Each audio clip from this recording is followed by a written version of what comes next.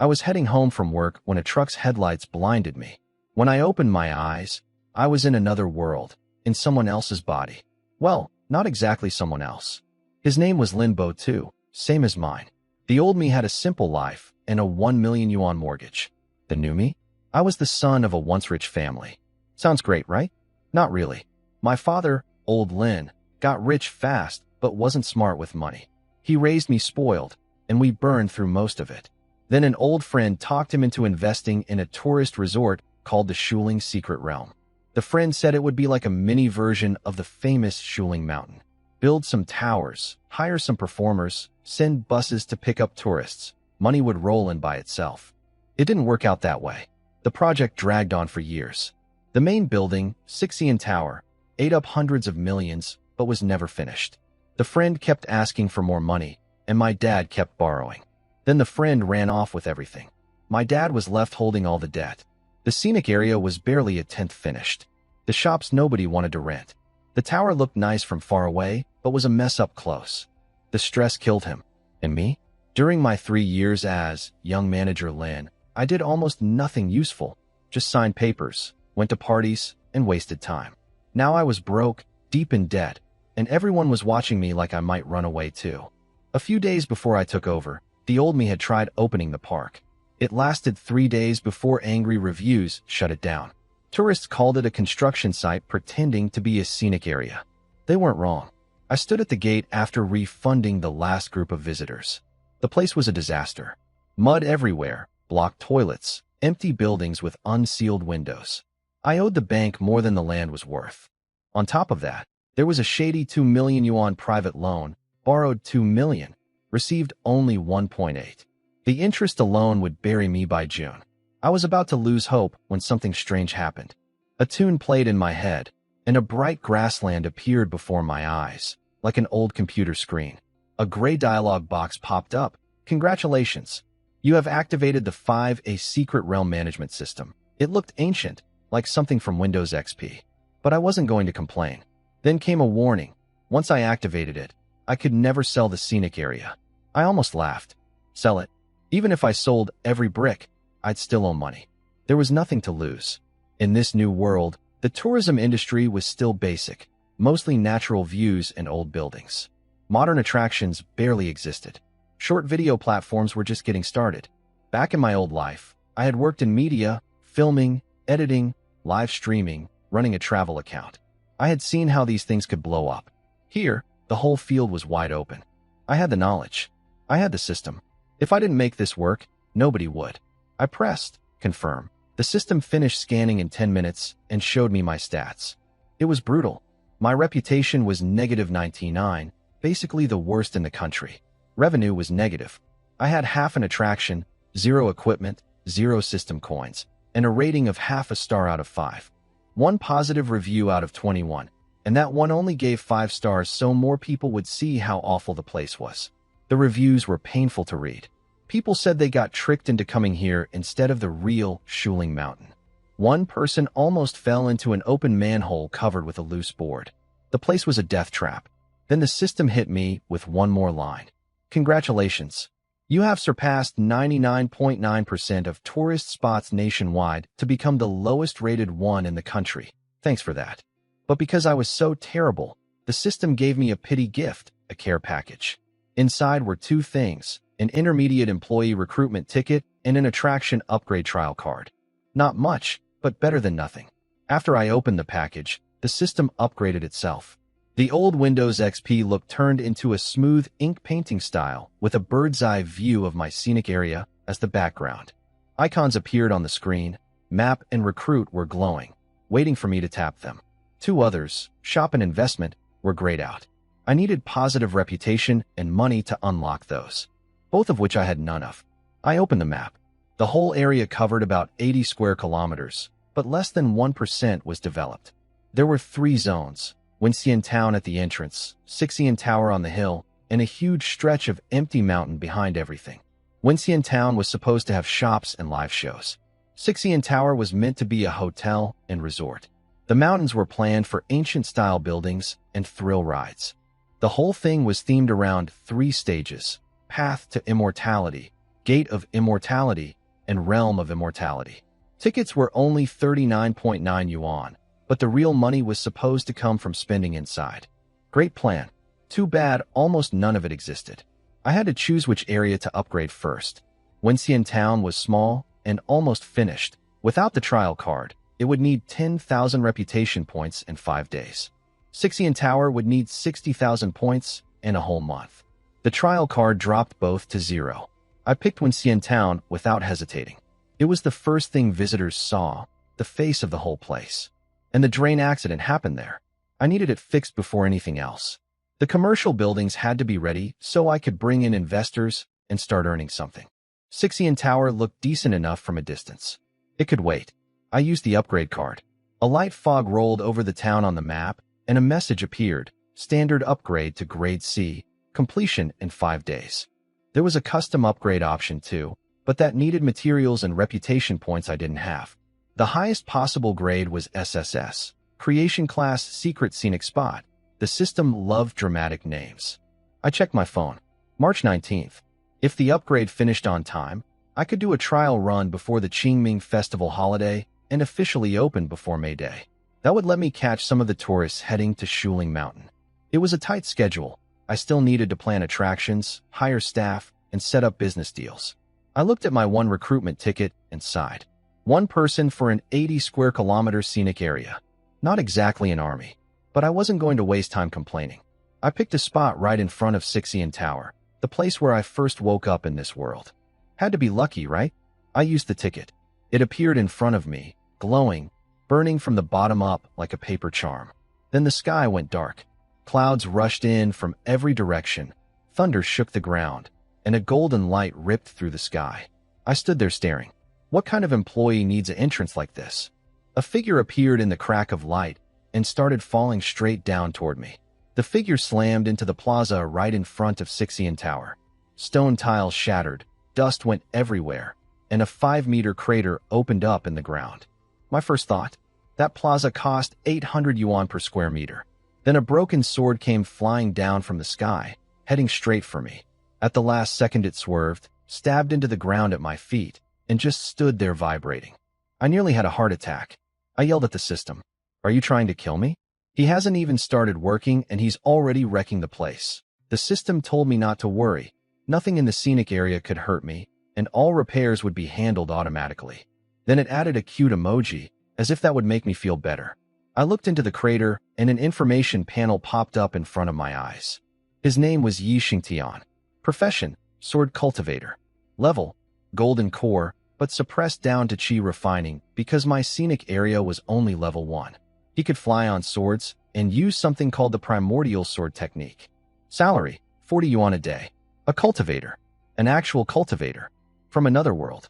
That's when it hit me. The system wasn't just called the 5A Secret Realm Management System for fun. It didn't just want to build a theme park. It wanted to turn this place into a real secret realm. I'd been thinking the name was just dramatic marketing. I was wrong. Before I could freak out too much, the system asked me to set employee rules. Smart. I needed some kind of leash on this guy. I wrote 5 rules. No using magic or fighting without permission, no hurting visitors, no breaking park property, 8-hour workdays, and no telling anyone in his original world about this place. I confirmed, and the rules turned into golden light that shot into Yi Xingtian's body. I still kept my distance. Even a chained dog can bite. From what I could piece together, Yi Xingtian had been through a rough time before landing here. He was a disciple of something called the Tianqing sect. At only 60 years old, young by cultivator standards, he'd reached golden core level. But on his way to train near a spirit stone mine, he stumbled onto a group of evil cultivators controlling spirit beasts to attack the mine. When he fought them, he realized they were secretly working for one of the realm's biggest righteous sects, the Nine Heavens sect. They shattered his life-bound sword and cracked his golden core. He was about to die when the system pulled him here.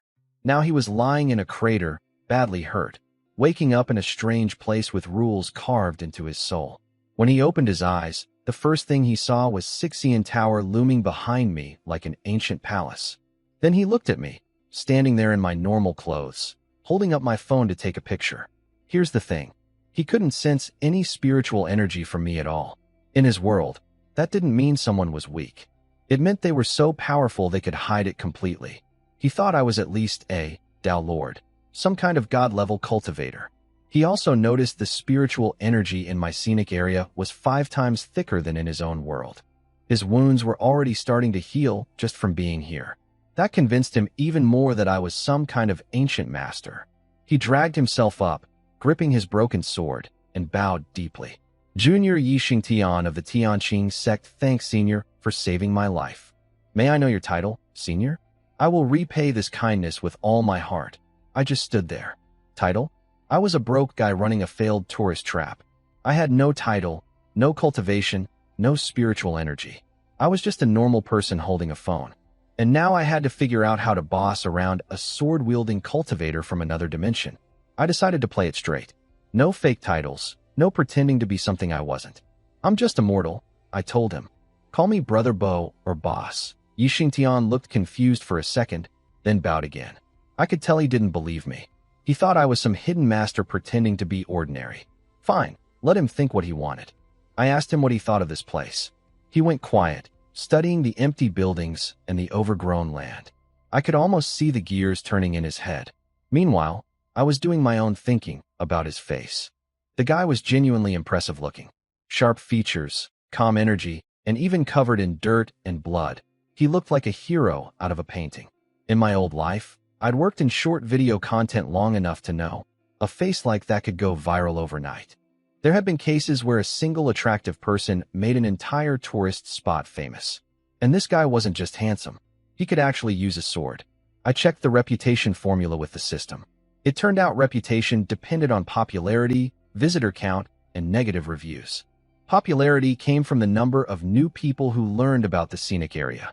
Every new person who heard the name counted.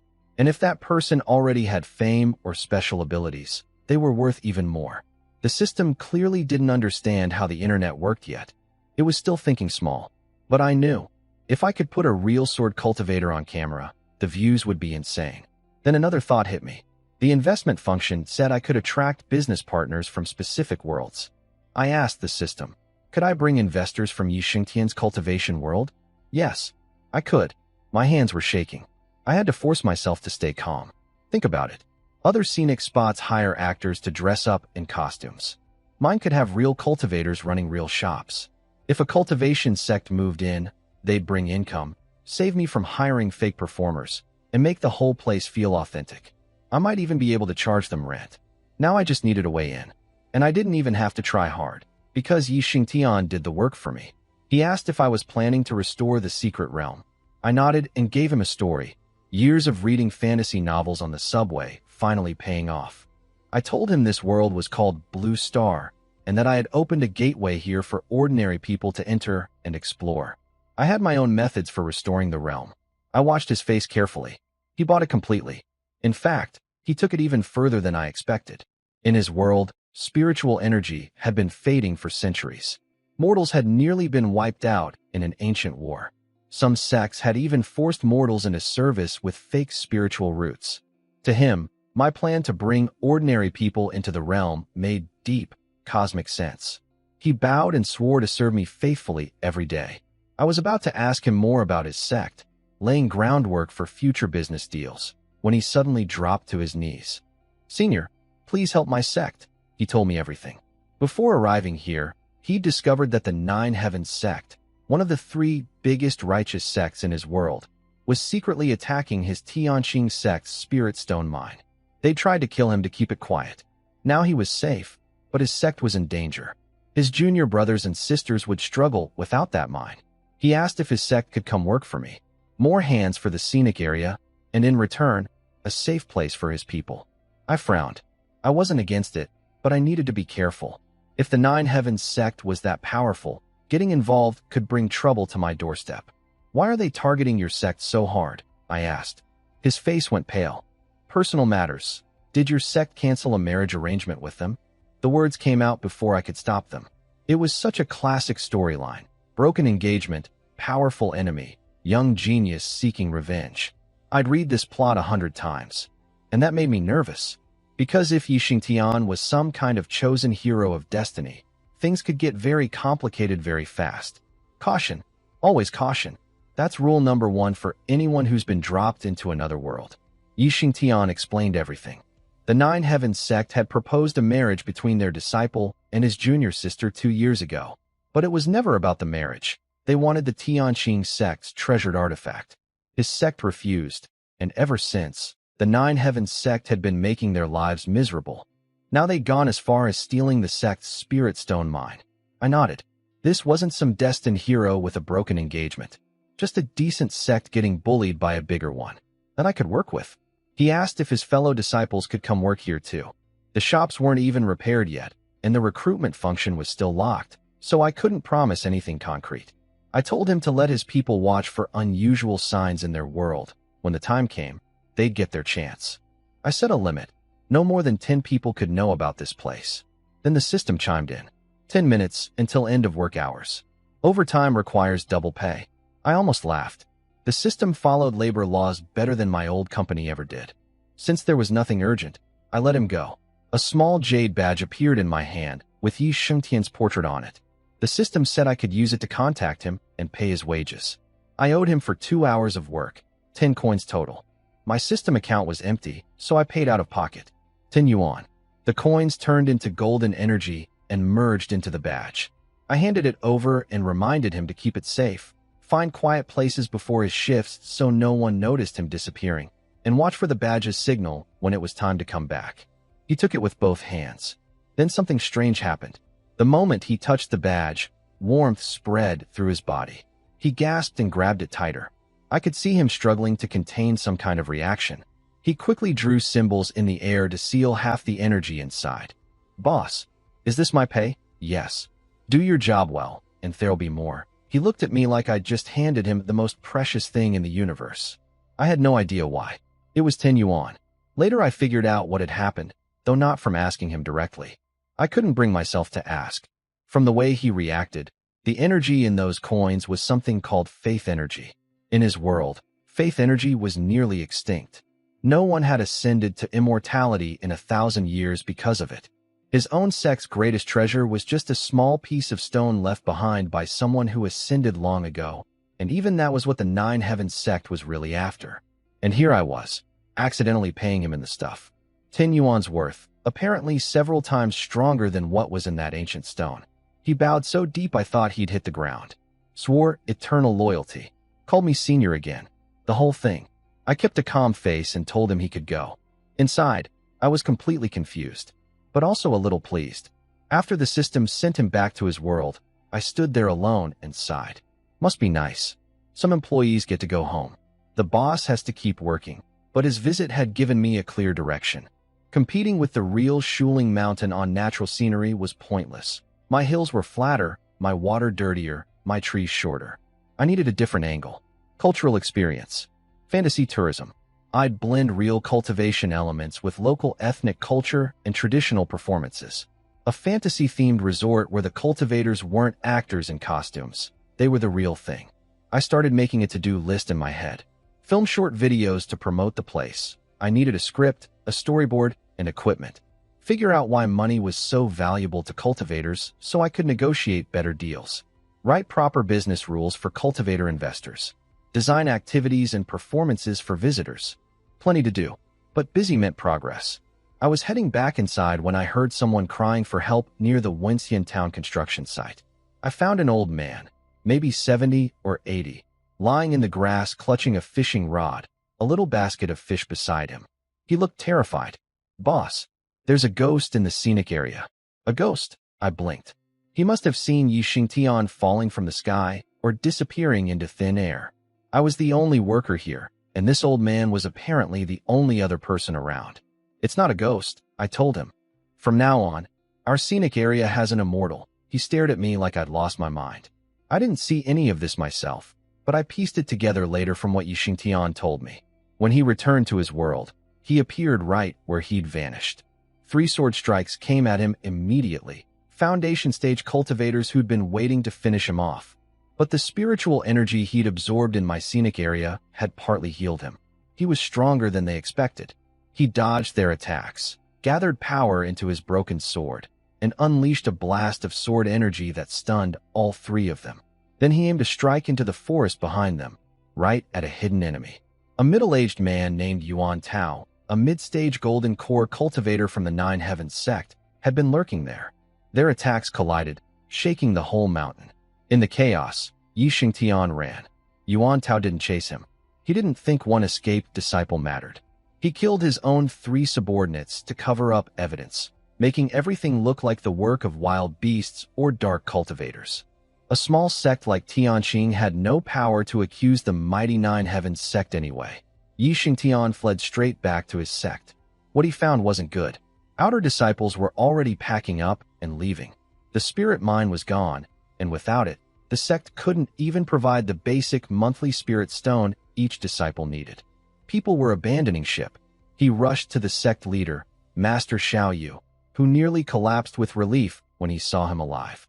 Yi Xingtian's life token, some kind of spiritual marker, had cracked earlier, and everyone assumed he was dead. Yi Xingtian pulled out the jade badge I'd given him. The moment Xiaoyu saw it, his face changed completely. He recognized what was inside. Faith energy, the kind of power no one in their world had seen in 1,000 years. Xiaoyu panicked in the best possible way.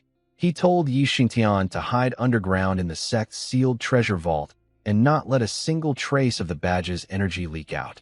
Then he ran to pull Yi Xingtian's master, Hu Wanli, out of seclusion. Hu Wanli was the sect's last nascent soul cultivator, their strongest remaining elder. But he was in terrible shape. 5 years ago, he'd gone into seclusion as a strong man in his prime. Now he looked old and frail, his cultivation crumbling, barely holding on. They gathered everyone who mattered in the vault. Only 5 people total. That's how small the Tianqing sect had become.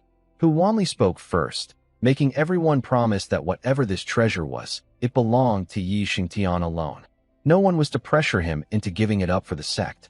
Elder Tai Xuanji, a loud, fiery man from the artifact hall, shouted that none of them would steal from a junior, and told everyone to stop talking and just look at the thing already. Yi Xingtian wanted his master to use the badge's energy to heal his injuries. Hu Wanli got angry and raised his cane, calling him foolish for giving up something so important to his own cultivation.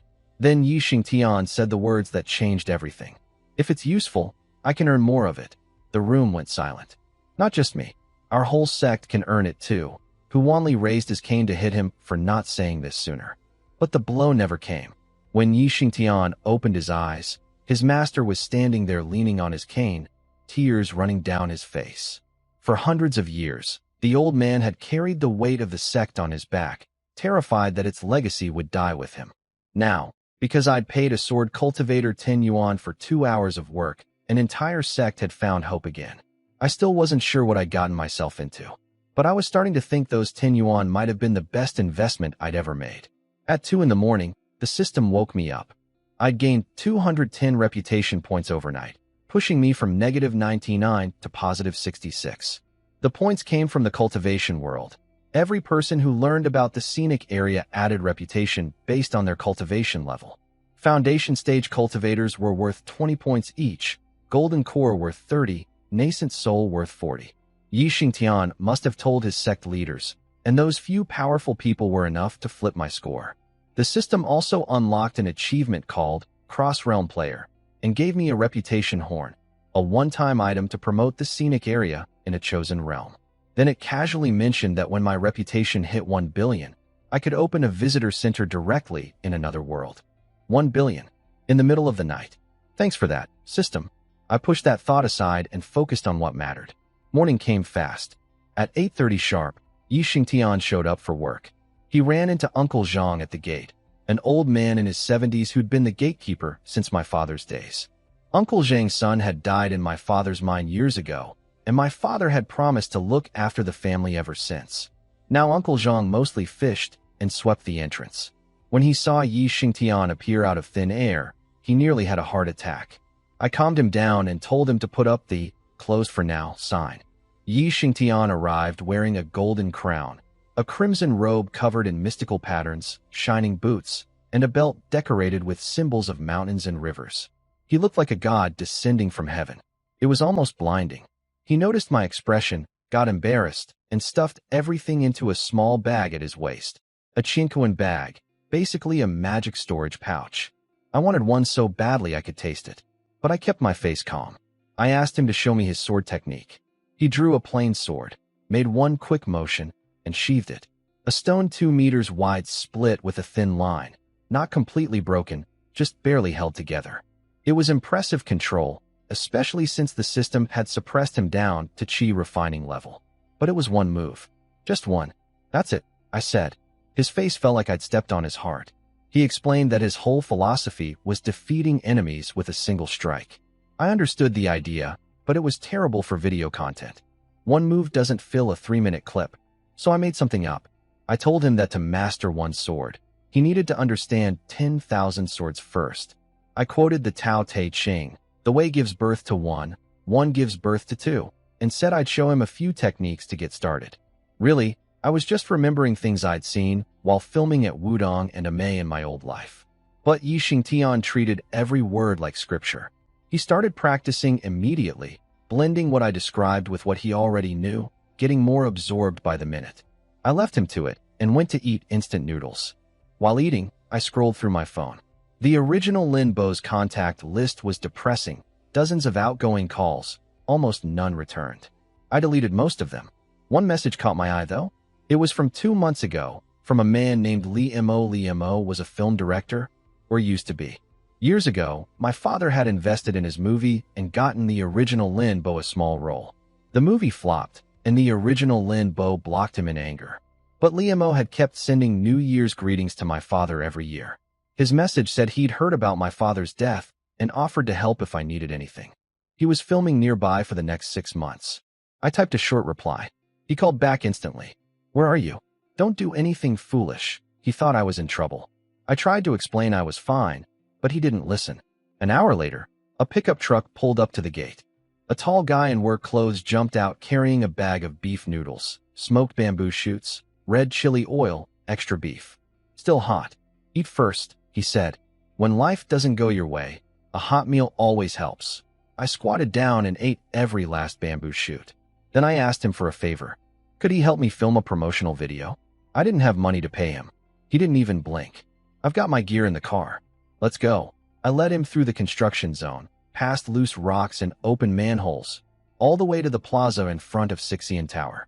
He was probably wondering what could possibly be worth filming in this wreck of a place.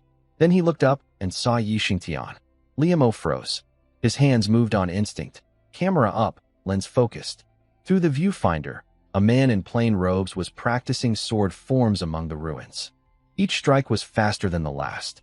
Sunlight caught the blade at just the right moment. Limo's hands were steady, but I could tell he was shaking inside. "This level of swordsmanship, where did you find this guy?" he asked. "How much per day?" "He's my employee.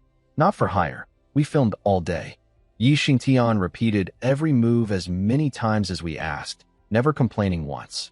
Liamo was practically in tears holding the stabilizer. He said he hadn't seen a performer this dedicated in years. We waited until dark to get the night shots, then finally wrapped up. Liamo grabbed my hand and wouldn't let go. "Are you sure he doesn't want to try acting?" I shook my head. "He doesn't like the entertainment industry. How much do you pay him?" I stayed quiet. 40 yuan a day. I couldn't say it out loud.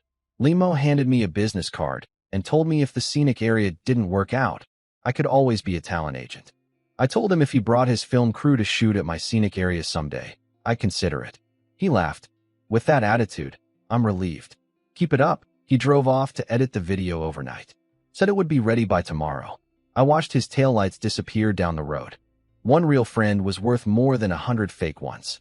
And right now, between a loyal cultivator, a kind old gatekeeper, and a filmmaker who showed up with hot noodles without being asked, I was starting to feel like maybe I had a chance.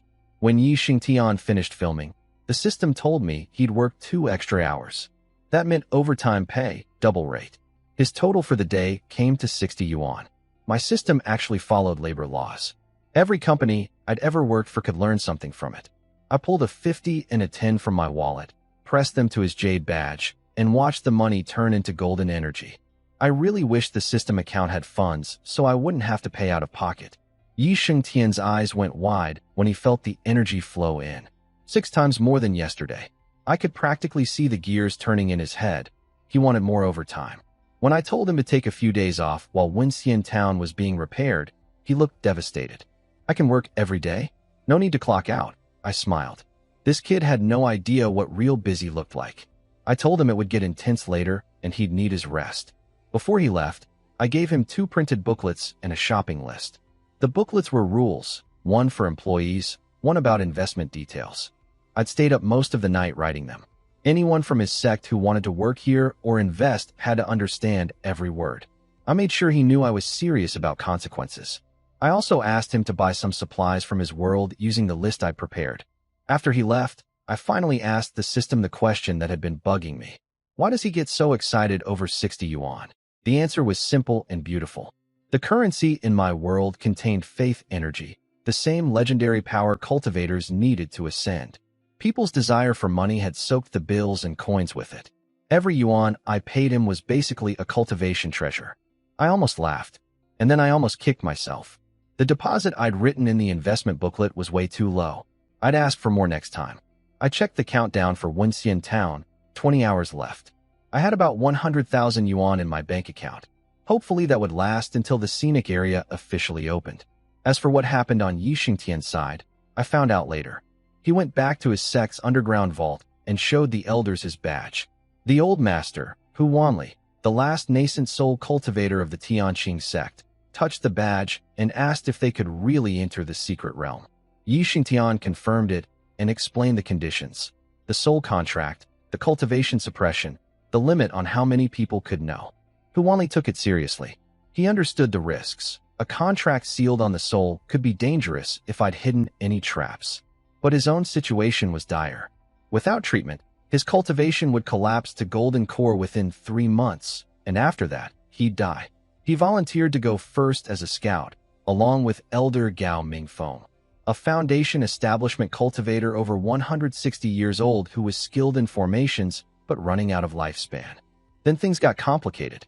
A little paper figure stuck to Gao Mingfeng's wheelchair started talking. It was a puppet controlled by Xiao Yuer, the sect leader's 17-year-old daughter. She was the one the Nine Heavens sect had wanted to marry off for the treasured artifact. She'd been eavesdropping the whole time. The paper figure climbed up Hu Wanli's clothes and argued that sending 2 old, weakened elders would look bad to me. She volunteered to go instead. She was young, talented in puppet techniques, and already at foundation establishment. The sect leader, Xiao Yu, was reluctant but eventually agreed, partly because sending her to my realm would keep her away from the Nine Heavens sect's attention. So the final group was set: Hu Wanli, Gao Mingfeng, and Xiao Yuer. Then Yixingtian pulled out the 2 booklets I'd given him. Hu Wanli opened the investment details first. The first line read, "A deposit of 50,000 spiritual stones is required to enter the secret realm." The old man went quiet. That was almost the Tianqing sect's entire remaining stock. Yixingtian blinked innocently. What a coincidence. Isn't that just right? Hu Wanli nearly choked. The sect still needs reserves. If it's not enough, I'll figure something out. I hadn't known any of this when I wrote that number. I'd just picked what sounded reasonable. Turns out I'd accidentally priced it at almost exactly everything they had. Sometimes the best negotiations are the ones you don't even realize you're having. The 50,000 spiritual stones wasn't a random number. While Yixingtian was training his sword forms, I'd casually asked about the spirit mine losses and how the sect was doing. He answered honestly, not realizing I was calculating how much they could afford. I set the deposit just high enough to hurt, enough to test whether they'd commit, but not so much they'd walk away. If they could accept 50,000 now, future deals would have room to grow. I also discovered something important. The system had added a new currency called cloud coins. All scenic area income automatically converted into cloud coins, and the exchange rate was beautifully simple. 1 cloud coin equaled 1 spiritual stone equaled 1 Chinese yuan. No exchange fees, no rate fluctuations. I could move money between worlds at a perfect 1-to-1 ratio. That was basically a license to print money. For the safety and stability of both worlds, I told myself I would work very hard as the middleman. The next 4 days were nonstop. I wrote management plans, detailed investment rules, and went back and forth with Li Mo on the video edits. I scheduled the promotional video to go live. And finally, the progress bar for Wenxian Town hit 100%. The system chimed. Upgrade complete. The details looked nothing like before. 23 shops, 3 hidden check-in points waiting to be unlocked, air quality jumped to 1,500 negative oxygen ions per cubic centimeter. The place had been transformed. 3 side quests appeared with the upgrade. The first was a treasure hunt. Find 10 lost ingots of the god of wealth scattered around town. Each one found was worth 100,000 cloud coins, and completing the set would unlock a god of wealth temple where visitors could check in for good luck. The second required 10,000 couples to visit, unlocking a marriage tree that boosted reputation. The third asked me to offer 10,000 gifts to a water dragon lord at the creek, eventually unlocking a water dragon temple that could control weather. I liked the god of wealth quest best. Treasure hunting was easy to build into the visitor experience. The marriage tree's reputation boost was tempting, but hard to promote when nobody knew the place existed. The water dragon temple was the strangest and most interesting. I'd study that one later. I walked through the rebuilt town myself. It was stunning. Past a massive ancient banyan tree stood a stone archway with a poetic couplet carved into it. The narrow main street followed the creek, lined with 2-story wooden buildings. Iron wind chimes hung from the eaves, ringing softly in the breeze. Blue tiles, white walls, everything looking naturally aged instead of freshly built. The creek had been completely transformed, no longer an obvious artificial channel, but something that looked like it flowed straight from distant mountains. The water was wider now, and mist and trees hid Sixian Tower behind a natural screen, making it look mysterious and lonely in the distance. I couldn't stop smiling. This was already beautiful. I couldn't imagine what higher grades would look like. Then the system asked if I wanted to open recruitment. I had 1 recruitment voucher left. It asked which realm, Blue Star or the Tianqu realm. Tianqu realm, obviously. The voucher burst into flames. Golden light shot into the sky. In the cultivation world, that light streaked across the heavens. The powerful sects noticed. The 9 Heavens sect, Feihua Palace, Beast King Valley. Their ancestors all sensed it. But when they looked closer, they saw only a chi refining level secret realm appearing. Nothing worth their attention. They closed their eyes and went back to meditating. A chi refining secret realm wasn't dangerous or valuable enough for major sects to bother with. They'd send a few junior disciples at most. That was exactly what I wanted. Stay small, stay invisible. Meanwhile, at the Tianqing sect, Hu Wanli sat on the peak watching the golden light cross the sky. He knew what it meant. Yi Shengtian stood beside him, grinning. He hadn't worked in 3 days and was practically itching to come back. Early the next morning, Hu Wanli, Gao Mingfeng, and Xiao Yuer left the sect quietly, hiding their presence, heading toward my scenic area. My first investors were on their way. The 50,000 spiritual stones wasn't a guess. I'd been casually asking Yi Shengtian about his sect's finances while he trained. I knew roughly what they had. I set the deposit at a price that would sting but not kill them, just enough to test their commitment. If they paid this, future prices could go higher. The system had given me a new currency, cloud coins.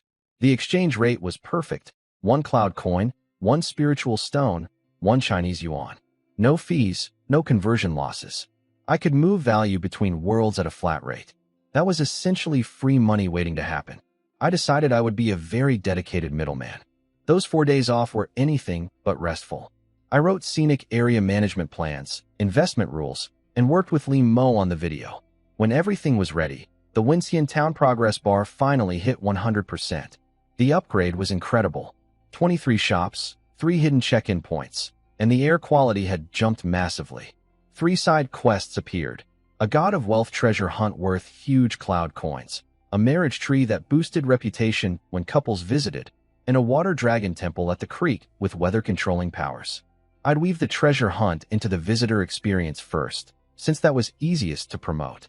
I walked through the rebuilt town myself, past a giant banyan tree, through a stone archway with a poetic couplet, down a narrow stone street lined with 2-story wooden buildings. Wind chimes rang softly from the eaves.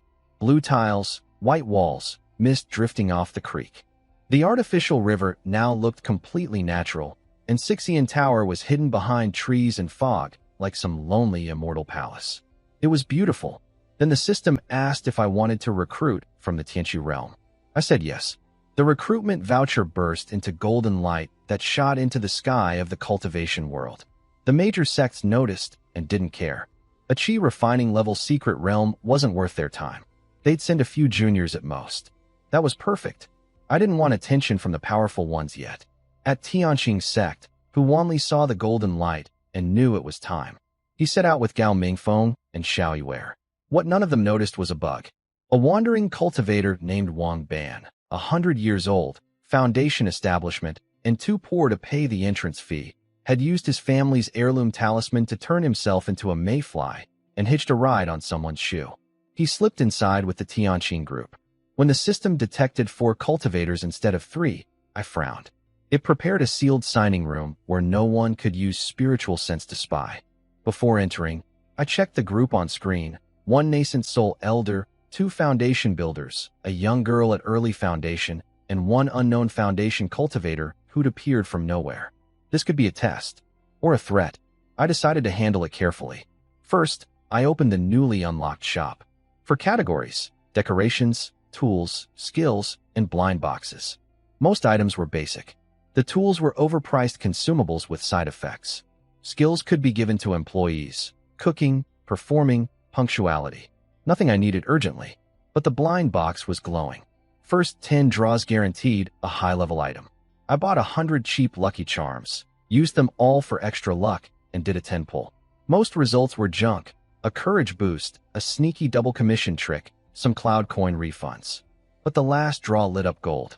A semi-transparent golden dragon burst from the clouds, circled in front of me, and dropped a glowing orb into my palm. I reached out to touch its whiskers, but it vanished. The orb dissolved into a warped clock shape, then melted into my body. My phone dinged. A new app appeared: Time Management Master. It let me independently adjust the flow of time in the scenic area relative to both Blue Star and the Tianqi realm. I could set it from 0.1x to 10x speed. At 10x, 10 days would pass inside the scenic area, while only 1 day passed outside. I set it to maximum immediately. Construction time was no longer a problem. I could do trial operations this weekend. I also uploaded the promotional video to Dowda's short video and used the reputation horn. Then I stepped into the signing room. "Don't hide. Come out." Hu Wanli looked startled. Then a middle-aged man in Taoist robes tumbled out of the mist and landed on his knees. Wang Ban, the mayfly. He was shaking. He begged for mercy, explaining he was a poor wandering cultivator who'd been amazed by the secret realm and snuck in. He had no money for the entrance fee and offered to work it off. Hu Wanli was embarrassed that someone had followed them without being noticed. He apologized to me. I saw an opportunity. Instead of punishing Wang Ban, I pointed at the Tianqing group and told him he had 1 month. If he outperformed them at the tasks I assigned, he could stay. If not, I left the threat unfinished. The effect was immediate. Hu Wanli realized I didn't need them specifically. I could replace them anytime.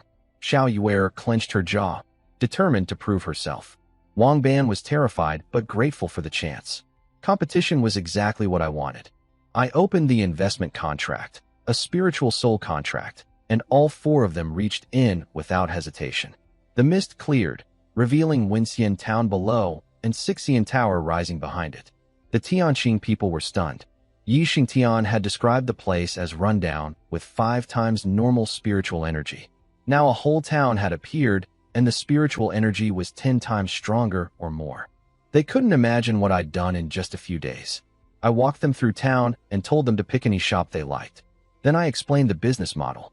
Visitors would buy copper game coins, stamped with Shuling Tongbao, and use them to shop and play activities inside the scenic area. At the end of each day, each coin a shop earned could be exchanged for 1 faith energy or 1 spiritual stone. I planned to sell those coins to visitors for 5 yuan each. My cut was built right in. Hu Wanli was overwhelmed. Faith energy, something his world hadn't seen in 1,000 years, could be earned just by running a shop. He regretted ever doubting me. Wang Ban didn't fully understand faith energy yet, but the promise of spiritual stones alone made his eyes light up. For a wandering cultivator who could barely get a few spirit beads, this was a goldmine. I laid out the terms. First 3 months, no rent, trial period. After that, fixed monthly rent plus 20% of profits. Who only looked like he might cry from gratitude. He thought I was being incredibly generous. I smiled and kept my thoughts to myself. I was charging them rent, taking a cut of their profits, paying them in currency that cost me almost nothing. and they were thanking me for it.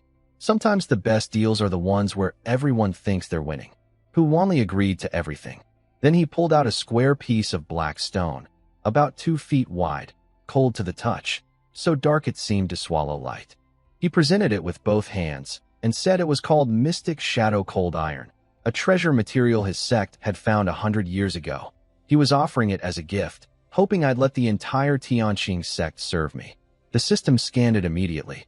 Apparently, it could be used as building material. It made structures resistant to attacks from nascent soul cultivators or even missile strikes, kept interiors cool like natural air conditioning, and increased income by 20%.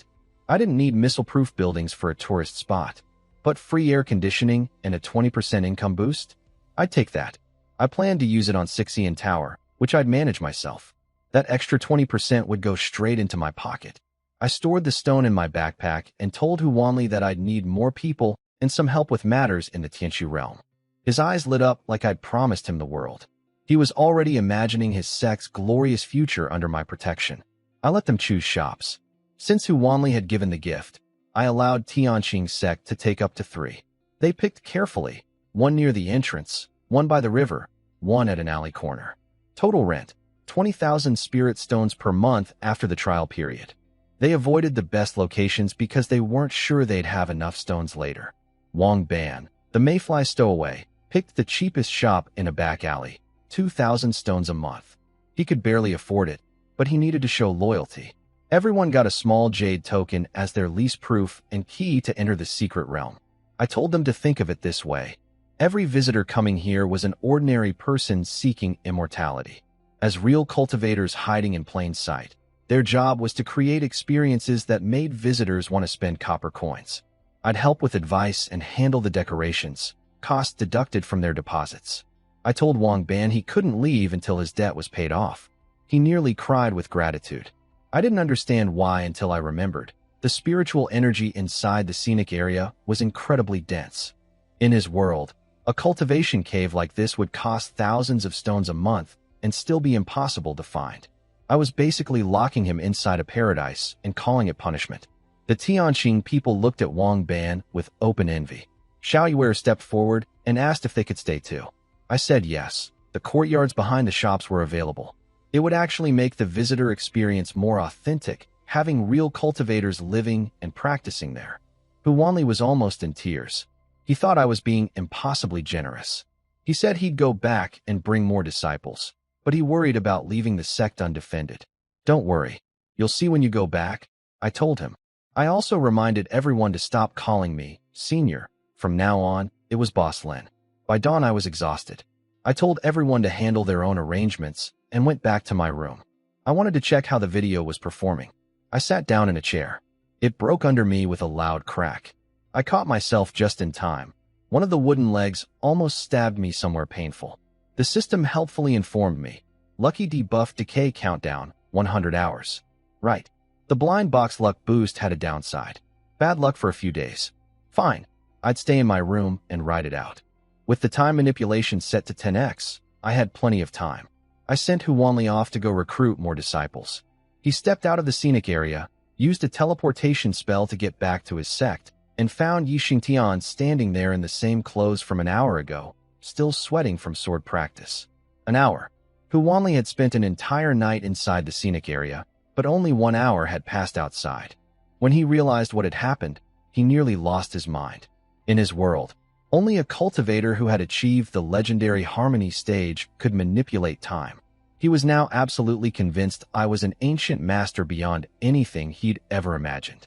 I was actually just a broke guy sitting in a broken chair, nursing a bruise, waiting for my bad luck to wear off. But sure, ancient masterwork too. Yi Xingtian felt a heavy hand on his shoulder. Hu Wanli's hand pressed down firmly, and the warmth through his clothes made his shoulder feel a little hot. You did very well. In the future, you must work hard in the secret realm and not slack off. Seeing his master take things seriously, Yi Xingtian nodded, even though he didn't understand why. Hu Wanli's steps were steady, but inside, he was filled with excitement. Harmony. Our sky blue gate's backing is a master of harmony. Haha. Yi Xingtian returned to his courtyard. He only had one set of disciple clothes, which he usually cleaned with magic. But since an important workday was coming, he decided to take a bath and burn incense to show respect. Just as he was about to take off his shirt, his badge suddenly lit up brightly. When he came to his senses, he found himself in the middle of an ancient town. The rich spiritual energy in the air flowed into his body, making him stretch and sigh comfortably with his eyes closed. Senior Brother Yi. Yi Xingtian stiffened and turned around. He saw Xiao Yuer holding several scrolls of drawings, staring at him in disbelief. Senior Brother, how can you be dressed so casually during work hours? If our sky blue gate style is so relaxed, what will the elders think? Wait, work time? Where's this? Yi Xingtian looked around in disbelief. Next to him were many two-story buildings similar to ordinary towns. In the distance, like in the clouds, was the abandoned fairy palace he had seen before. Is this the senior's secret realm? It's only been a few days, and it has changed so dramatically. Senior didn't say to call him Boss Lin? And put your clothes on quickly. But why did I enter the secret realm late at night? Yi Xingtian hurriedly took out clothes from his space bag and put them on. Is Sky Blue Gate still in the middle of the night? It's already been a whole night here. Yi Xingtian was so shocked he couldn't speak a word. He suddenly understood why his master was so happy earlier, like a fool who couldn't tell time. Is this what true skill looks like? Not just the habits of an ordinary person, but the real strength of a senior or boss. The boss's requirements come first, no matter what my habits are. Yi Xingtian kept repeating the words, boss, in his mind, trying to get used to it quickly. The boss is resting, so we should focus on our own work. I just checked the road outside the town. It's still a bit uneven.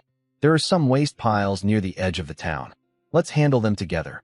Okay. Yi Xingtian was full of energy. He treats working in the secret realm as training. This way, he gains several times more practice than outside. Honestly, he really doesn't want to leave work. He grinned foolishly, showing his big teeth, no longer the cold and serious sword cultivator he used to be. Yu Yang is a senior in college in Rong City. His job is already settled, so he doesn't need to intern for now. His thesis is almost finished, just waiting for the defense. Finally, he doesn't have to wake up early and rush out. He opens his phone as soon as he wakes up to browse. Recently, he plans to find a weekend before May Day to go nearby with friends and relax after all the stress from his thesis. While browsing scenic spots on his phone, a video suddenly caught his attention. In the darkness, a flash of sword light shot out, as if piercing through the screen. A young boy in plain clothes, holding a sword, with a determined look in his eyes. A streak of blood on his face was striking but didn't ruin his handsome appearance. Yu Yang scowled, feeling dismissive. He was about to scroll past, not sure where this strange vibe came from. He knew some scenic spots used handsome guys for flirtation, showing muscles and posing. But just as he was about to scroll, the boy turned with his sword, striking several moves in quick succession, one sword after another. In the dazzling display, the boy turned around, kicked his sword, and the sword flew straight toward him on the screen. At the moment the sword was about to hit, the person leapt up and caught it, performing a beautiful sword dance. Even though Yu Yang was watching through the screen, he was still startled by the sudden attack, breaking out in cold sweat. Is this something a person can really do? The sword in the boy's hand seemed to become part of his body. When he was swinging the sword, he seemed to be the sword himself. His sharp aura made it hard to see his facial features. Only his sword was visible. He swung with all his might, as if splitting the screen apart, making viewers feel the wind of the sword. The camera quickly zoomed out. The young boy knelt on the ground, holding his sword. It seemed that the recent fight had drained all his strength. As dusk fell, under the mountains, there was a tall, strange abandoned building with a sad, gloomy look. In the final scene, the boy looked up. His hair was wet with sweat, his eyes were red, and his hand holding the sword was tense with veins showing. A line of elegant calligraphy appeared slowly. Come to the Shushan secret realm. March 24th, search for treasures. Walk the path of immortality. Wow, is the promotional quality of this scenic spot really this high now? Yu Yang liked the post and kept watching the video again. The fight scenes looked real, much better than many current TV actors, making viewers feel excited. Then he read the text. A week before the park opened, they held a treasure hunt event. If you find a treasure, you can win a 5,000 yuan prize. March 24th is a Saturday, but he had nothing planned. Today is Thursday, so he still had time. Yu Yang checked the dates and then opened the comments. I hate this world. Is it the Shushan secret realm? Wait and see. I hope it's still there when I arrive. Invincible Orange. Just one jump and I'll blow through my health insurance card. Pig Hero. Haha, just a face trying to trick my likes. Pig Hero replies to Pig Hero. Bro, are you serious? That's a divine item. Little Fire. Boss, are you giving away money? Yu Yang liked some comments and clicked on the accounts to see more. Unfortunately, each account only had one video. The shop linked to the account sold tickets. Original price 30 yuan, early bird special 9.9 yuan. He shared the video in his dorm group. Yamtuber, want to check it out? His roommates quickly sent back a picture. Unlucky Mountain. The rating is so low. Should we go see the abandoned building? Yu Yang opened the picture and saw the rating was 1.1. It matched the photos of the abandoned building in the reviews. Yamtuber, I heard it was just a trial run before. Now they're renovating it? Super handsome Wong Boyu. This broken scenery, if it's a horror theme, I might try it out.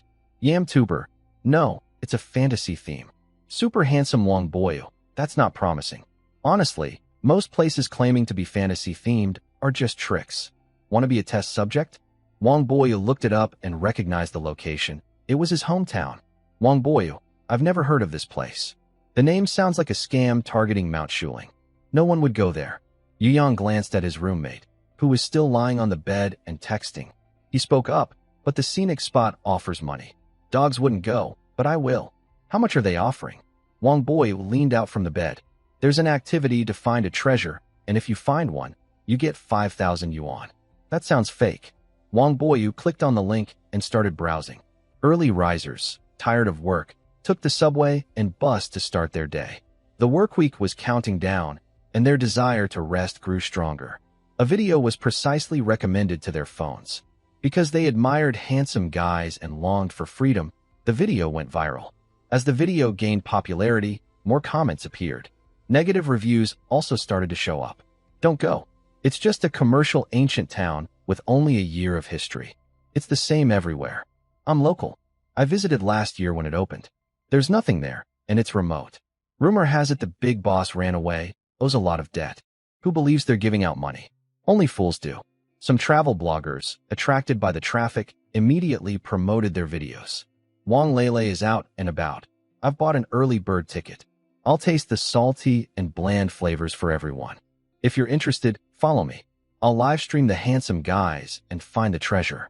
Yu Yang hesitated, unsure whether to check the feedback first. But after thinking about the recent video, he felt a restless itch. After all, which young person doesn't dream of a fairy tale? Maybe he could make a little money too. He had a work visa for Haiching and was preparing for a presentation soon, so he needed to stay busy. Missing this chance might mean waiting a long time for another. Better to seize the moment. He looked at the map. The place wasn't too remote, and there was a bus nearby. Let's go see. The early bird ticket is 9.9 yuan. You can't lose or be fooled. If not, we can go climb Mount Shuling instead. Yu Yang tilted his head and spoke to his roommates, Zhou Shan and Wang Boyu, who were in the dorm. Zhou Shan, on the opposite bed, poked his head out. Okay, I'll go to Mount Shuling and pay my respects. He hadn't had much to do lately. Not sure if it was bad luck, but these days he'd been distracted, losing things or bumping into stuff and getting minor injuries. He wasn't interested in that secret scenic spot, but he would go to Shuling Mountain. I'm fine with anything, just want to go home for a bit. Buy a ticket for the boss too. His experiment should be almost done, and he could use a break to clear his mind. Ji Ziming is the dorm leader. He studies hard and is responsible, but after failing his graduate exams this year, he has been staying in the lab working on his paper, becoming more and more quiet. His roommates see this every day. They don't say much, but they worry. It's a good chance for everyone to relax and have fun together. Wang Boyu stretched and got up. All right, what do you want to eat? I'm heading to the cafeteria. Just a chicken piece and some beef with potatoes, thanks. Call me Godfather. Get lost. The plan to go out was settled just like that. In the scenic area, Lin Bo bought a bunch of soft cushions through the system and wrapped fragile and breakable items carefully. He made sure everything was safe around him. Lin Bo comfortably lay on his bed, looking at the data. The video quality was very high, much better than the average on current platforms. Yesterday was just the start of gaining popularity. Thanks to the reputation horn, it exploded this morning. Although not many tickets were sold, the view count reached 1 million as the hype grew. Not everyone would remember the name Shuling Secret Realm, but even if only 1% did, that was still a big number. Linbo lay on his bed, happy to see his reputation points jump rapidly. System alert. Reputation points exceeded 1,000. System alert. Reputation points exceeded 10,000. System alert. Reputation points exceeded 50,000. Just as the notifications kept coming, the system suddenly issued a sharp warning. System detected abnormal values. System under maintenance. Progress. 10%. Linbo expected the system to fix itself, but he didn't think it would respond so quickly.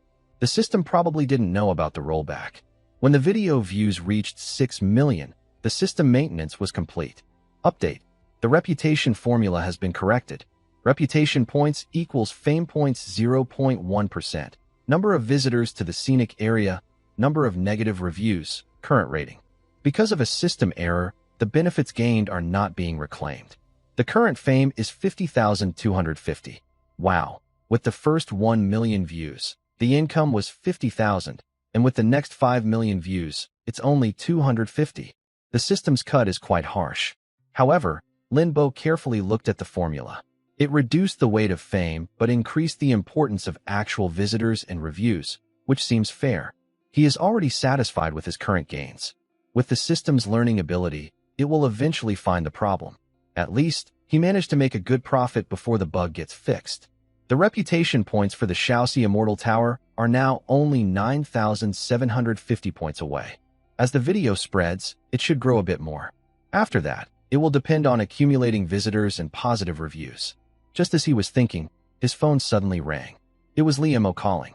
Lin Bo answered the phone, but before he could speak, Li Mo's loud voice burst out. Are you crazy? Is the scenic area ready? Why are you in such a hurry to open? Are you questioning my country's infrastructure? The construction in Xian Town was just a little shaky, but once the investment was in place, it was quickly sorted out. We're just eager to open early and start earning money to pay off debts. Why not come over this weekend and see? Silence came from the receiver. Li Mo genuinely thought Linbo was rushing too much. He really couldn't come this weekend. After hesitating for a moment, he said, I have some things to do on Saturday during the day, but I'll come in the evening. Evening is when people tend to be in a bad mood. He's worried that if business isn't good, Linbo might get upset again. All right then. Linbo didn't think much about his worries and hung up. Linbo opened the Time Management Master and set the scenic area's time to Blue Star to 10 times faster. That means 10 days inside the scenic area equals just 1 day on Blue Star. 10 days is enough to prepare for the weekend visitors. When visitors arrive, to avoid chaos, this feature can't be turned on casually. Time in the scenic area passes very quickly. Soon, Huanli brought selected disciples, Elder Tai Xuanji and Elder Su Xin, along with Xiaoyu, the leader of Tianqing Gate, into the scenic area. Huanli believed that this would be enough to show Tianqing Gate's sincerity to their elders. Tianqing Gate has few core disciples, especially in recent years. It has become harder to find talented new disciples. There are only 4 or 5 inner disciples, and the extra spots are given to outstanding and diligent outer disciples. After many disciples entered the scenic area and felt the spiritual energy in the air, they knew their fate had completely changed at that moment. They were very glad they made the right choice and did not leave the sect because the spiritual mine was destroyed. Several elders decided to take turns on duty to ensure Tianqing Gate would not be left unguarded. Wang Ban looked at the scene and felt he had gained a big advantage. He was determined to hold on to the senior and show his loyalty. Linbo summoned everyone one by one, gave them advice on how to run their businesses and assign tasks. Everyone worked together quickly, and they finalized the plan. Next, we need everyone's cooperation. I will start by renovating the shops. If you need anything else, you can add it later, Linbo said with a smile. The cost of this renovation, let's consider it borrowed from the elders, Hu Wanli said shyly. They really didn't have much spirit stones left. Linbo submitted the needs for several shops to the system, which then collected the spirit stones. A puff of smoke appeared, and the shops started a countdown for renovation. Within 24 hours inside the scenic area, the shops could be completed. Lin Bo's 5,000 spirit stones were almost gone, but it was much cheaper than hiring outside workers. The people of Tianqing Gate had seen Lin Bo perform miracles repeatedly in a short time, and they were starting to become numb. A true master of the Tao deserves this. After solving the shop issues, Lin Bo gathered the cultivators and asked the most important question on his mind. This question was about whether his plan for a grand finale could succeed. Lin Bo asked, "Under the restriction of our current realm, can you still control your swords? How many can each of you control at once?" Hu Wanli's spirit lifted. The elder's test had arrived. Controlling a sword was a basic skill for qi refining practitioners. "Everyone, use your swords to show your strength to the elder," Hu Wanli shouted loudly. The Tianqing Gate disciples drew their swords and performed a sword dance in the sky. For a moment, swords danced across the heavens. Lin Bo watched the flying swords and smiled with satisfaction. "Very well. Next, we need to rehearse a bit. I hope you can incorporate some other performances. It shouldn't be too difficult for everyone." The people of Tianqing Gate are full of anticipation. March 24th. The grand opening is coming. On the first day of opening, Grandpa Zhang woke up early and tore off April 1st from the perpetual calendar. He saw the words, "Not suitable for any activities," on the lunar calendar. Not a good day. Wrong. With a snap, Lin Bo stuck the calendar back. Today is the 25th. It's good for opening, groundbreaking, and bringing in wealth. Did I tear off too much? Grandpa Zhang blinked and sighed deeply. I really am getting forgetful. Lin Bo nervously changed the subject. That's not true. The scenic area still depends on you. Just follow the plan we discussed. Are you ready? Grandpa Zhang nodded, put on his straw hat and raincoat, carried his fish basket, and held the pole. He leisurely walked to the entrance of the scenic area, led a cow, and headed outside. Lin Bo looked outside the scenic area. They sold a total of 514 early bird tickets. He wondered if anyone would come today. Meanwhile, in the dormitory, Yu Yang and his roommates were on a bus heading toward the scenic area. As the bus veered further off course, it turned onto a mountain road. "This is what you said. Shuling Mountain is very close?" "We've been on this bus for almost an hour," Zhou Shan said with a sour face, crossing his arms. "They arrived in Shuling City last night, had some barbecue, and left early this morning. Straight-line distance really isn't far." Yu Yang coughed to defend himself. "Look at how dizzy the boss is getting." Zhou Shan helped the guy with glasses. "I'm fine. I can still hold on." Ji Ziming waved his hand. His roommates bought him tickets out of kindness. He recently failed his graduate exams, and his graduation thesis and job search were delayed. His roommates supported him, helped find information, and even took him out to relax. He didn't want to ruin their mood. We're there. Yu Yang pointed excitedly at the faint sign ahead. However, the bus drove straight past the main entrance of the scenic area and continued for a few hundred meters before stopping. Air Group of Xiao Village. Please passengers at this stop disembark. There is not even a bus stop nearby. Seeing this scene, Yu Yang started to feel like giving up. "Since we're here, let's go in and take a look," said the glasses-wearing guy. He didn't want to sit in the car any longer. The four friends slowly walked toward the scenic area. They should have already entered the park, but they hadn't seen the ticket booth yet. It was past 10 o'clock, and there was a little fog in the mountains. The air was fresh with the scent of trees. "The air is pretty good. If not, we can just hike," Yu Yang said quickly, taking a few steps forward and turning back to encourage his friends, trying to make the mood lively. Since he was the leader, he felt guilty if they missed out on something. But his three friends didn't reply. Instead, they all took out their phones. Zhou Shan reached out and pushed him aside. "Come closer, don't block the way." Yu Yang looked back in surprise. He saw sunlight shining through the trees in beautiful beams. Not far away, there was a small river with a stone bridge over it. Beyond the bridge, a winding bluestone path led to an old town. The layered blue tiles looked simple and peaceful. At that moment, an old man was slowly leading a cow across the bridge. In the misty scene, he casually took a photo, capturing a large, beautiful scene. Could it be that there's a fee? Yu Yang thought to himself as he took out his phone. The old man seemed to notice them and stopped on the bridge. Oh no, they've been spotted. The four of them felt nervous. Next to them, a girl held a phone stand and passed by, apparently talking to her live viewers. "Everyone, I've arrived. Let me show you what the Shuling Secret Realm scenic area looks like. Please follow and subscribe." Weekend trip first-hand info on Shuling City and nearby attractions, brought to you by Lele. The girl took a picture of the old man leading the cow and pointed toward the old town. That's the scenic area. We're crossing the bridge first. What? Is that old man taking photos? Let me go ask the host. Lele, the streamer, walked toward the old man, and Yu Yang and the others hurried to follow. She took his money, so she can't take ours. Just as they reached the old man, they wanted to ask him something. But he slowly looked up, his eyes and wrinkles full of deep experience, and said in a voice full of stories, "Are you here to seek immortality?" Everyone was stunned by the old man's commanding presence and didn't know how to speak. Is this the story really starting? But then the old man shook his head and sighed. You came too late. The ferry road is already cut off. If you can't find it, then forget it. He led the cow away into the distance. Initially, Zhou Shan, feeling bored, patted Yu Yang and said, "Wow, the story is really beginning now. We just stumbled onto something big. I want to see more. Come on, let's go quickly." Yu Yang finally cheered up. The comments in Wang Lele's live stream chat became lively. Wow, that just now really felt like a fairyland. Host, go in quickly and see what they do. Little Hearts 1 Wang Lele was a small streamer. Seeing more viewers join today, she became very excited. Thanks for the little hearts, sister. I'm about to go in now. The group kept walking forward. They went straight to the town gate and saw the ticket booth, where a few people entered. The ticket booth was different from others. It was inside an ancient building, making it feel like they had entered an old ticket shop from ancient times. Inside the tall counter sat a man dressed in traditional clothes. When he saw them, he looked up. Travelers from afar? Do you have a travel pass? Wang Boyu chuckled. His sense of NPC-like belief was quite strong.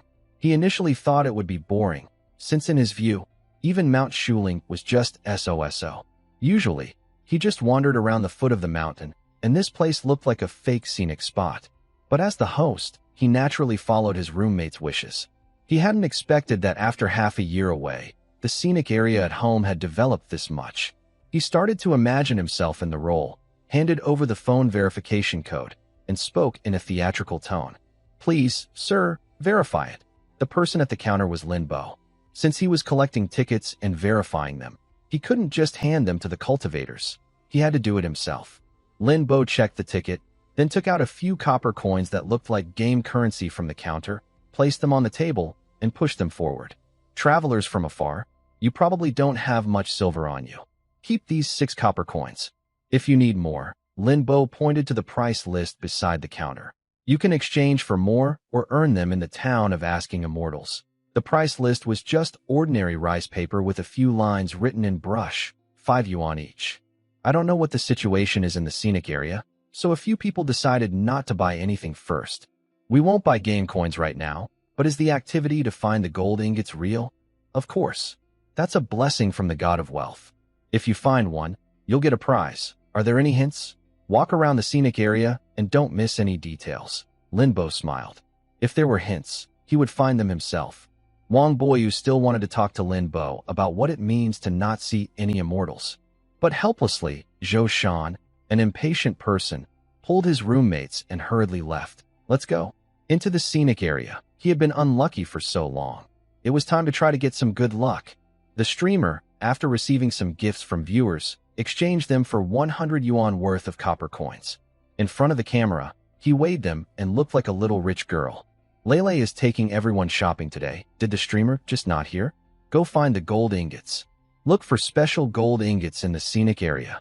Okay, got it. The girl hurriedly ran toward the entrance of the ancient town. But she saw the 4 college students from earlier standing still under the signboard of Question Immortal Town. Before she could find it strange, she was shocked by the scene inside the town. The old street was quiet, with no signs of commercial activity. Flags fluttered, and there were scattered pedestrians. Everyone was dressed in ancient costumes. Seeing them, people couldn't help but stop and look curious, as if they'd never seen modern people before. Wang Lele felt a bit nervous and instinctively moved closer to the 4 lively college students. Are we in some kind of spooky scenic spot? The actors' reactions are so real. It's okay. Now, this kind of immersive experience is common in script-killing games. Usually, such scenic spots also have places to rent costumes. Wang Boyu, who love these games, explained. This place's story probably has something to do with seeking immortality. Are you all here from outside to seek immortality? Suddenly, a playful, clear voice of a girl sounded in their ears. Turning around, they saw a girl in ancient costume, with a bun hairstyle, wearing a pale yellow top and skirt, with decorative wooden handles hanging at her waist, like some kind of toy. She was smiling brightly, looking lively and friendly. Is this part of the story? As an experienced script killer, Wang Boyu stopped others and took on the task of communicating with the NPC. Exactly, but we heard that there are no more immortals here. The girl shook her head with a look of regret. It's hard to find fate with immortality. Who would willingly share such luck? The ladder to immortality has been broken for 1,000 years. At this point, she looked around carefully and lowered her voice. However, the people here have never given up on reopening the path to immortality. Tonight, there will be a ceremony. Those who receive a token can participate. Foreign visitors dressing up naturally attract suspicion. Should we change clothes? How can we get clothes then? Wang Boyu asked, winking at his friends. See, I was right, wasn't I? Maybe I can rent one from my shop at a good price, he suggested. Wang Boyu was about to say they didn't need it, but then he looked in the direction the girl pointed. It was a small ready-made clothing shop with a sign that read, Zhao's Clothing Store, and a banner outside offering rentals for a coin. Just 1 coin? 5 yuan. No, they had early bird tickets and brought 6 coins, which was only 2 yuan for renting clothes. Isn't that funny? Lele held up her selfie stick, pushed past others, and grabbed the cheerful girl. Come on, come on. By the way, can I take photos inside? I'm live streaming. Of course, Xiaoyue nodded. She didn't really understand what live streaming was, but the boss said to seize every chance for promotion. Live streaming is just one way to promote. Lele got permission and started walking toward the shop with her phone. Everyone can come in and take a look. No need to rent if you don't want to. Xiaoyue also remembered the 4 big guys behind her. After waiting a while, the first group of visitors arrived today, and they definitely wouldn't miss out. Let's go in and see. It doesn't look expensive, Zhoushan said, leading his friends to follow Lele into the shop. The number of viewers in the live stream gradually increased to 200 or 300, and comments started scrolling. Is 1 coin equal to 5 yuan? So cheap? Obviously, it's the worst kind.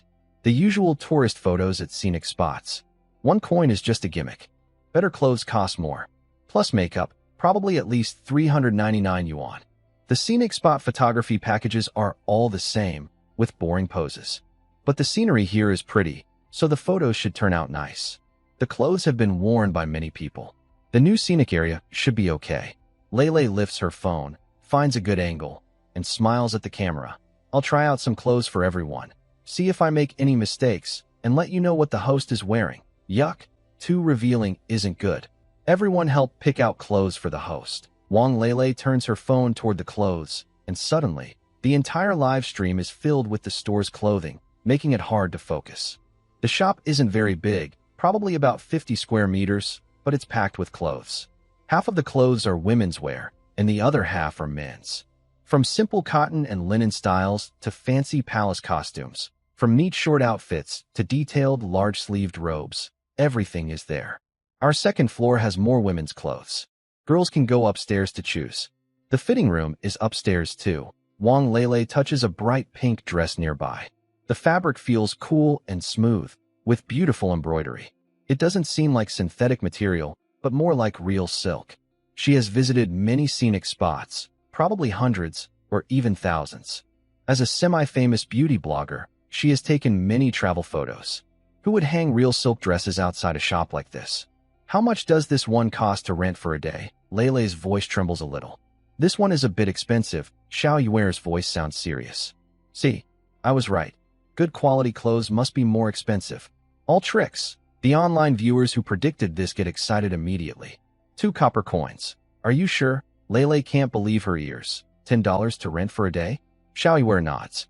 These clothes are brought from the heavenly void realm. Although the Heaven Blue Gate is poor, they only lack spiritual stones and magic treasures. No matter how fancy the clothes are, they are just ordinary for cultivators.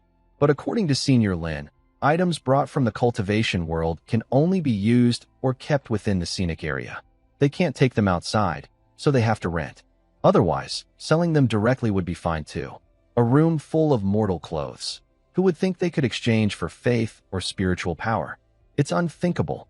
I'll rent it. Lele doesn't hesitate at all. She decisively takes the dress, holding onto it tightly. Oh my. The fabric, the craftsmanship. Just the large sleeves alone must cost a lot. Could she get it for 4,000? And she's never seen a style like this online. Maybe it's custom-made. 10 yuan to wear all day. It's practically charity. Wang Boyu was also stunned. Such a low price. It doesn't matter if he looks a bit cooler. He put down the clothes that looked like NPC gear and turned to pick a more handsome black and gold dragon warrior costume nearby. Others also started choosing outfits. Lele added one more copper coin to create a new look. So what if it's just a new style? It only cost 15 yuan. Xiao Yuer was happily having the staff do her makeup. In just 10 minutes, a traditional style makeup was finished. Wang Lele looked at herself in the mirror, dressed as an ancient lady, with a full, authentic antique feel. She was so surprised she stammered. This is me. The makeup is so good. Xiao Yuer smiled happily. Her fairy-style makeup, inspired by the Flying Flower Palace, was very popular in the virtual world. All the staff in this shop were puppets controlled by Xiao Yuer. Basically, she did all the makeup herself. She felt very proud. She never expected that in just a short time, she could earn 11 copper coins, which she could exchange for faith power at night. Xiao Yuer tightly held the copper coins in her hand, feeling motivated. This was just the beginning. If what the senior said was true, their business would only get better in the future. The 5 tourists and everyone watching the live stream also found this unbelievable. Until they left the shop dressed up, the owner didn't even suggest they buy additional photo packages. Damn it, what is this pricing? Is this the 1990s? It's the 90s, and the scenic area didn't have so many activities back then. Extra charges for eyelash extensions, photos, editing? There are no extra charges at all. Does this scenic area really exist? Give me the address. I need the address. After being scammed many times, when they finally met a place that wasn't cheating, Yu Yang and the others felt nervous and even a little scared. Maybe we should go exchange some more coins, Yu Yang tentatively suggested. The scenic area was so honest that they were worried the owner might go bankrupt if they spent too much. That's not a bad idea. Zhou Shan adjusted his collar. You can tell if the clothes are good once you wear them. Not only do they fit well, but the fabric is breathable and not hot at all. With this quality, other places would probably charge 200 or 300 yuan a day for rental. Wang Boyu was busy taking photos and posting frequently in the family group chat. Handsome or not? Guess where this is? Wow, you guys have never been here. It's really worth it. Tomorrow, my friends and I will come here. It's so awesome. Amazing. Ji Xiang pushed up his glasses. He was wearing a scholar's outfit and looked at the old-fashioned buildings in the park. This place is quite interesting. However, after half an hour, Lin Bo looked at a few college students and then left. They all added 200 yuan, took 40 game tokens, and went away. The game tokens are not cheap, but the park offers good value for money. Meanwhile, in Lele's live stream, the comments were buzzing. Wow, I'm right at Shuling Mountain. I'll come down soon. Almost 10 yuan for a ticket, costumes, and still have money to play games? I don't believe there's no secret place in the capital. Boss, build one. So close and beautiful, boss. Come to Jiangbei. No wonder the park almost shut down. It's so considerate. If he doesn't shut down, who will? No disrespect to the boss. Locals don't even know. What? At Shuling Cultural Tourism, what are you doing? It's still a trial operation. When it officially opens, the prices might go up. Don't worry, let's wait and see. How can there be such a good place? I don't believe there's a park without problems. Don't worry, let's take our time. Looks like there's an NPC over there. Along the ancient street, both sides are small buildings in the style of the Ming and Qing dynasties. After walking about 200 meters, a red banner with big iron characters is hung on a bamboo pole. Lele walked over. It was a blacksmith shop. Before entering, he heard the sound of metal being hammered. At the request of the viewers, Lele went inside. He peeked in and saw several furnaces, an anvil, and a bellows, all in place. A burly man with a beard, half-naked, was standing next to the outermost furnace. He held a red-hot iron sword in one hand and placed it on the anvil. He raised a large hammer, which looked heavy. Using his waist and back for strength, he swung the hammer with big, powerful strokes, sparks flying with each hit. His strikes were fast and accurate, each one stronger than the last. He quickly shaped the sword. He didn't stop. He switched to a smaller hammer, dipped it in water, and continued hammering the sword while cooling it.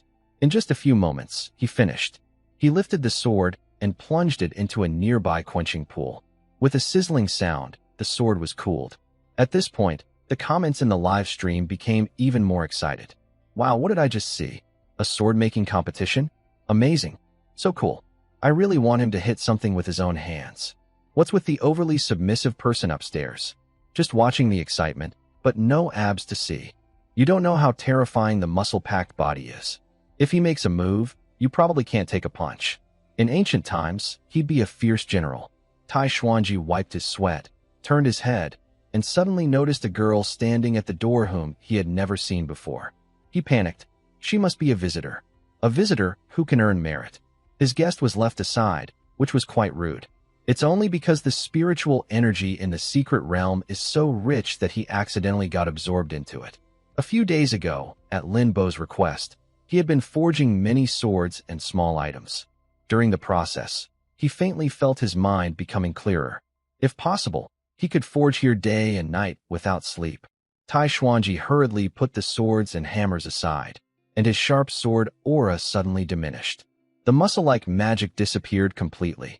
He smiled honestly, looking a bit like a cartoonish fireball. Sorry, I didn't see the distinguished guest just now. We sell souvenirs here, and you can also forge charms or swords yourself. Lele was stunned at the door, then snapped back to reality. I'll take a look first. Tai Xuanji scratched his head. Having never done business before, he felt a bit awkward and unsure how to serve. He pointed inside the shop. Feel free to look around and choose whatever you like. Lele held up her phone, leading everyone to browse inside. On a table near the door, there were various pendants, but the materials weren't clear. The patterns on them were quite beautiful. Lele picked up a pendant with a hint of silver, its intricate design shining. She asked, "Boss, how much for this?" Tai Xuanji chuckled, "1 copper coin. The pattern can ward off evil and keep you safe." So cheap? Lele's eyes widened. She didn't believe in the functions, but handmade crafts only cost 5 yuan? What kind of 5 yuan scenic spot is this? The live stream viewers increased from 200 to 500, and a string of exclamation marks floated across the comments. Add a magnet. It would look nice as a fridge magnet. Can the host buy things on behalf of viewers? Looking for a shopping agent. Streamer hanging out. Tai Xuanji looked at the customer's expression and felt a bit guilty.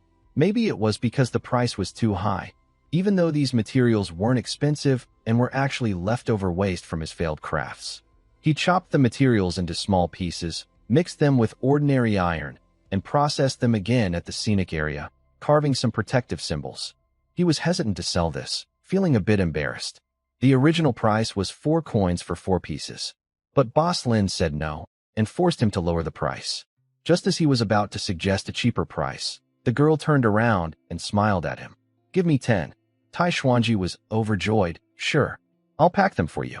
Lele held the newly bought items and turned on the front camera. He showed the camera and said, "I've bought everything for everyone. Please click follow and join the fan group. After the stream, I'll draw some gifts for the fans. Let's see what else we have." Before he finished, a message suddenly appeared on the screen. Can't the streamer do some forging before leaving? Lele pretended not to see it and answered other viewers' questions with a smile. What a joke, he was dressed so nicely today. Forge? Are you joking with me? But unexpectedly, more and more people in the chat started mentioning Forge, and some even began sending gifts. The gifts weren't big, but the atmosphere started to heat up. Lele didn't know whether to stay or go, so he just laughed it off. Are you guys really willing to let the streamer forge? At that moment, a shiny account with the ID, Rich Brother, entered and sent a big gift called a carnival. Lele watched the special effects on the screen excitedly. Holding the gift he just received, he winked at the camera. "Thanks, Big Brother. Wishing you prosperity. Send me your address in the back end, and I'll send you a gift. Rich Brother, forge 10 carnivals." Lele clenched his teeth and forced a smile. All right, Big Brother has money, and if he says forge, then forge. Can't argue with money. At the scenic area ticket office, Lin Bo saw more visitors arriving, quickly turned off his phone, and smiled confidently. He had just posted a message saying want to see the streamer forge, and then sent a few small hearts to keep the rhythm. He didn't expect to actually attract a real big spender. The streamer, keep working hard. I can only help you this much. Are you having trouble with money? Wang Lele turned to ask the shop owner, how much does it cost to try blacksmithing here? 1 copper coin can make a protective charm, and 3 coins can try forging your own weapon. It's just for the materials, no time limit. Once you're done, you can take your items. Is it also 5 yuan? Are you saying I can forge here for just 5 yuan, with no time limit?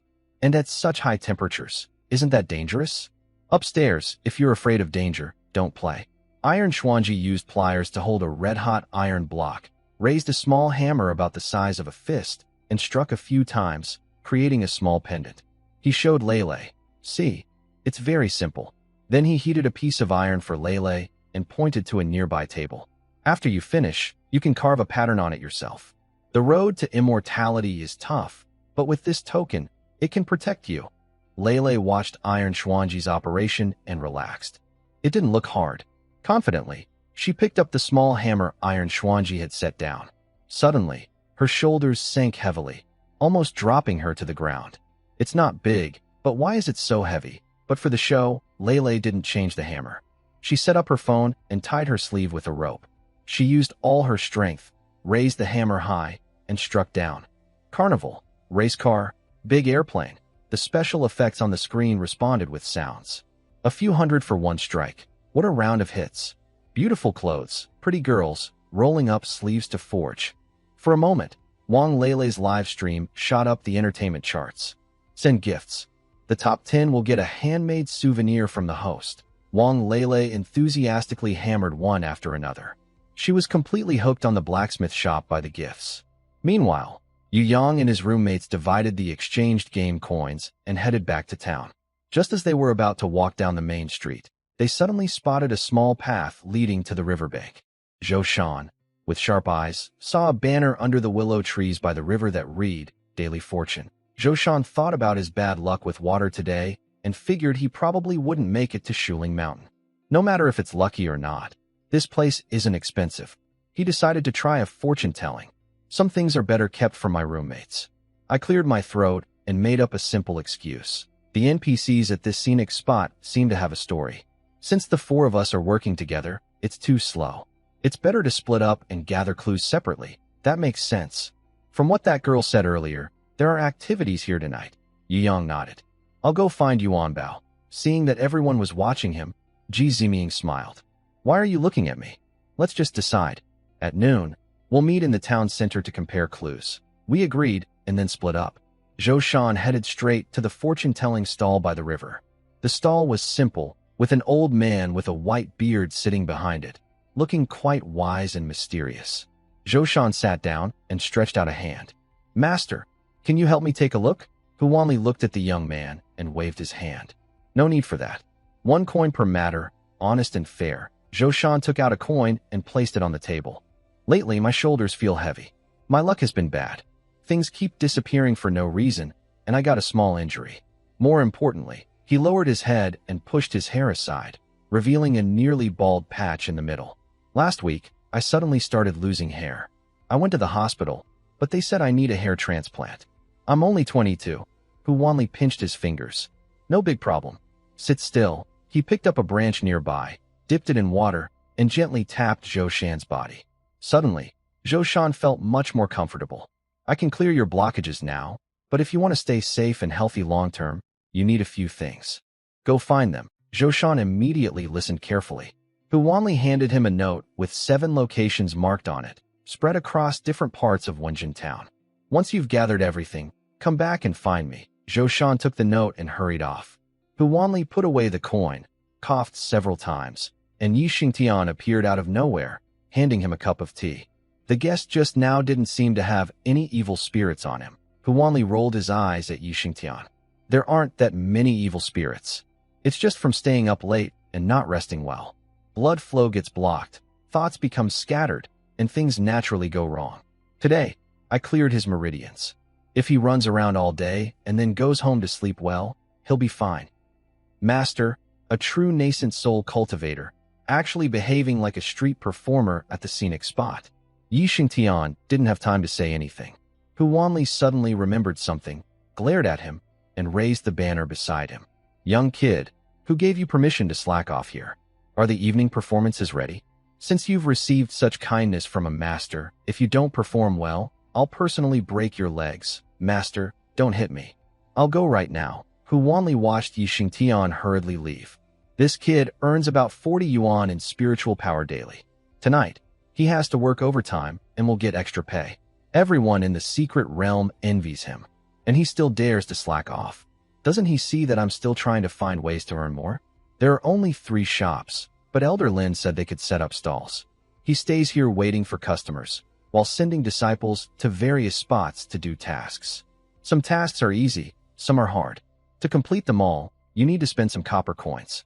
Hu Wanli feels the rich spiritual energy in the secret realm. Staying here is already good enough. As for other things, he'll think about them later. When Zhou Shan started walking more steps in the scenic area, the remaining 3 in the dormitory also split up. Wang Boyu still went straight to the blacksmith shop. As soon as he entered, he noticed the wall full of swords and Wang Lele frantically working in the corner. There's a task. Are these swords for sale? Wang Boyu pointed at the swords on the wall behind Tai Xuanji and asked cautiously. Tai Xuanji stopped his work. Of course not. These swords are all custom-made. Although these swords are for performances, they are genuine spiritual swords. Ordinary people can't control them. Wang Boyu's eyes lit up.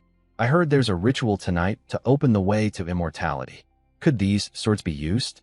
Tai Xuanji's eyes flashed. Remembering the task the boss mentioned earlier, he blurted out, Stranger, this is dangerous. I can't help you, but if you really like swords, you can make one yourself. The task prompt appeared. Wang Boyu handed over some copper coins to Tai Xuanji and eagerly stepped onto the forge. Let's get started. Tai Xuanji looked at the young man, who started forging without hesitation. Then he looked at Wang Lele, who was already exhausted, clearly shouting, Brothers, I can't do it anymore. Stop sending gifts. Stop already. But his body still faithfully kept working at the forge. It is known that in the Sky Void realm, forging techniques prefer to melt materials into a liquid form and then use spiritual awareness to directly shape the object, considering traditional forging methods too rough. Because I excel at forging, I was excluded. I didn't expect there to be so many like-minded people here. Iron Mystery was overwhelmed with tears of joy. Great. This is wonderful. Iron Mystery felt happy inside, thinking about the rehearsal from a few days ago. Now, a little tired is okay. When these people see tonight's performance, they will definitely be satisfied. Ji Ziming and Wang Boyu parted at the blacksmith shop entrance and headed toward different alleys. But as they walked, something fell off. A faint mist appeared around them. In the alley, a small archway appeared. It had the words, Questioning Heart Road, written on it. Hanging on the archway was a couplet. Step by step, face your trials. The path is under your feet. Do not ask about the sky. A cold voice sounded. This road is blocked. You can leave now if you want. There is still a way back. Continue forward, and the future is uncertain. Do you still want to go on? Ji Ziming frowned. The phrase, the future is uncertain, matched his situation perfectly. Judging by the scene, it seems like a maze or some kind of amusement attraction, pretending to be mysterious, but he still wanted to go ahead. Ji Ziming took a big step forward. Suddenly, the previous voice echoed softly. Just go ahead, don't look back. Ji Ziming pursed his lips and looked at the increasingly thick fog ahead. He took a deep breath and walked straight in, disappearing into the dense mist. Immediately, countless strange and terrifying images surrounded him. Shadows flickered all around. Ji Ziming clenched his lips, steeling himself not to look back. This attraction, Wang Boyu should like it. When I get out, I must throw him in here. But after a while, the shadows retreated. The surroundings became extremely quiet, as silent as a pin dropping. Clearly, in the silence, an old, gentle voice called out. Mingming, walk slowly, don't fall. Ji Ziming paused. That voice. It couldn't be. Mingming has grown up. Grandma can't keep up with Mingming anymore. Ji Ziming finally couldn't hold back and turned around suddenly. Grandma? She smiled. Mingming, stay healthy and happy. Grandma will be happy too. Her figure gradually disappeared. Ji Ziming's eyes suddenly filled with tears. He was raised by his grandmother since he was a child. That summer, When the college entrance exam was approaching, his grandmother passed away. To avoid affecting his exam, no one told him. After he finished the exam, his grandmother had already been buried. He still wanted to talk to her one more time. But the scene suddenly disappeared, leaving only a small red box, and a clear voice sounded again. Challenge failed. You can choose to start over with 1 copper coin, or leave immediately with 2 coins. I want to try again, Ji Ziming said, holding a copper coin, taking out another coin, and dropping it into the red box. He looked firmly in the direction of the voice. Mist appeared again. Beyond the fog, Gao Mingfeng was sitting in a small, unremarkable shop. This was the last shop rented by the Tianqing Gate, because they had no money left. The shop was small and in a remote location, at the end of an alley in Wenxian town, beyond which was the mountains. When everyone was worried about how to run their business, Gao Mingfeng suggested, what if we simplify the Tianqing Gate's entrance test, the Xinxin array, and bring it here? It might be quite interesting, right? Now he was a bit worried it might be too difficult and scare away visitors. Ji Ziming moved forward, and the same voice appeared as before. This time, Ji Ziming didn't leave immediately. Instead, he turned around and smiled brightly at the shadow. His grandmother looked relieved. The scene disappeared, and the merit box reappeared. Ji Ziming dropped another coin inside. This time, his grandmother didn't appear again. The heavy burden he had carried for years seemed to loosen a little. Ji Ziming continued forward. One by one, classmates, teachers, and family members from his growth appeared, and he said goodbye to each of them. Until the very last moment. The surroundings turned into an exam room, with a test paper in front of him. He looked at each question on the paper, pondering over them repeatedly in his mind. I should have done it differently back then. I shouldn't have checked and changed this question. Just 2 points short. 2 points away from getting into his dream school. The sound of writing filled the room. Ji Ziming raised his pen, then put it down again. It was all fake. It was in the past.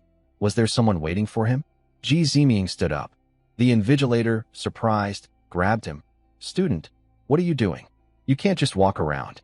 Ji Ziming quickly stepped out of the exam room with big strides. Life is more than just an exam. It's time to let go and move forward.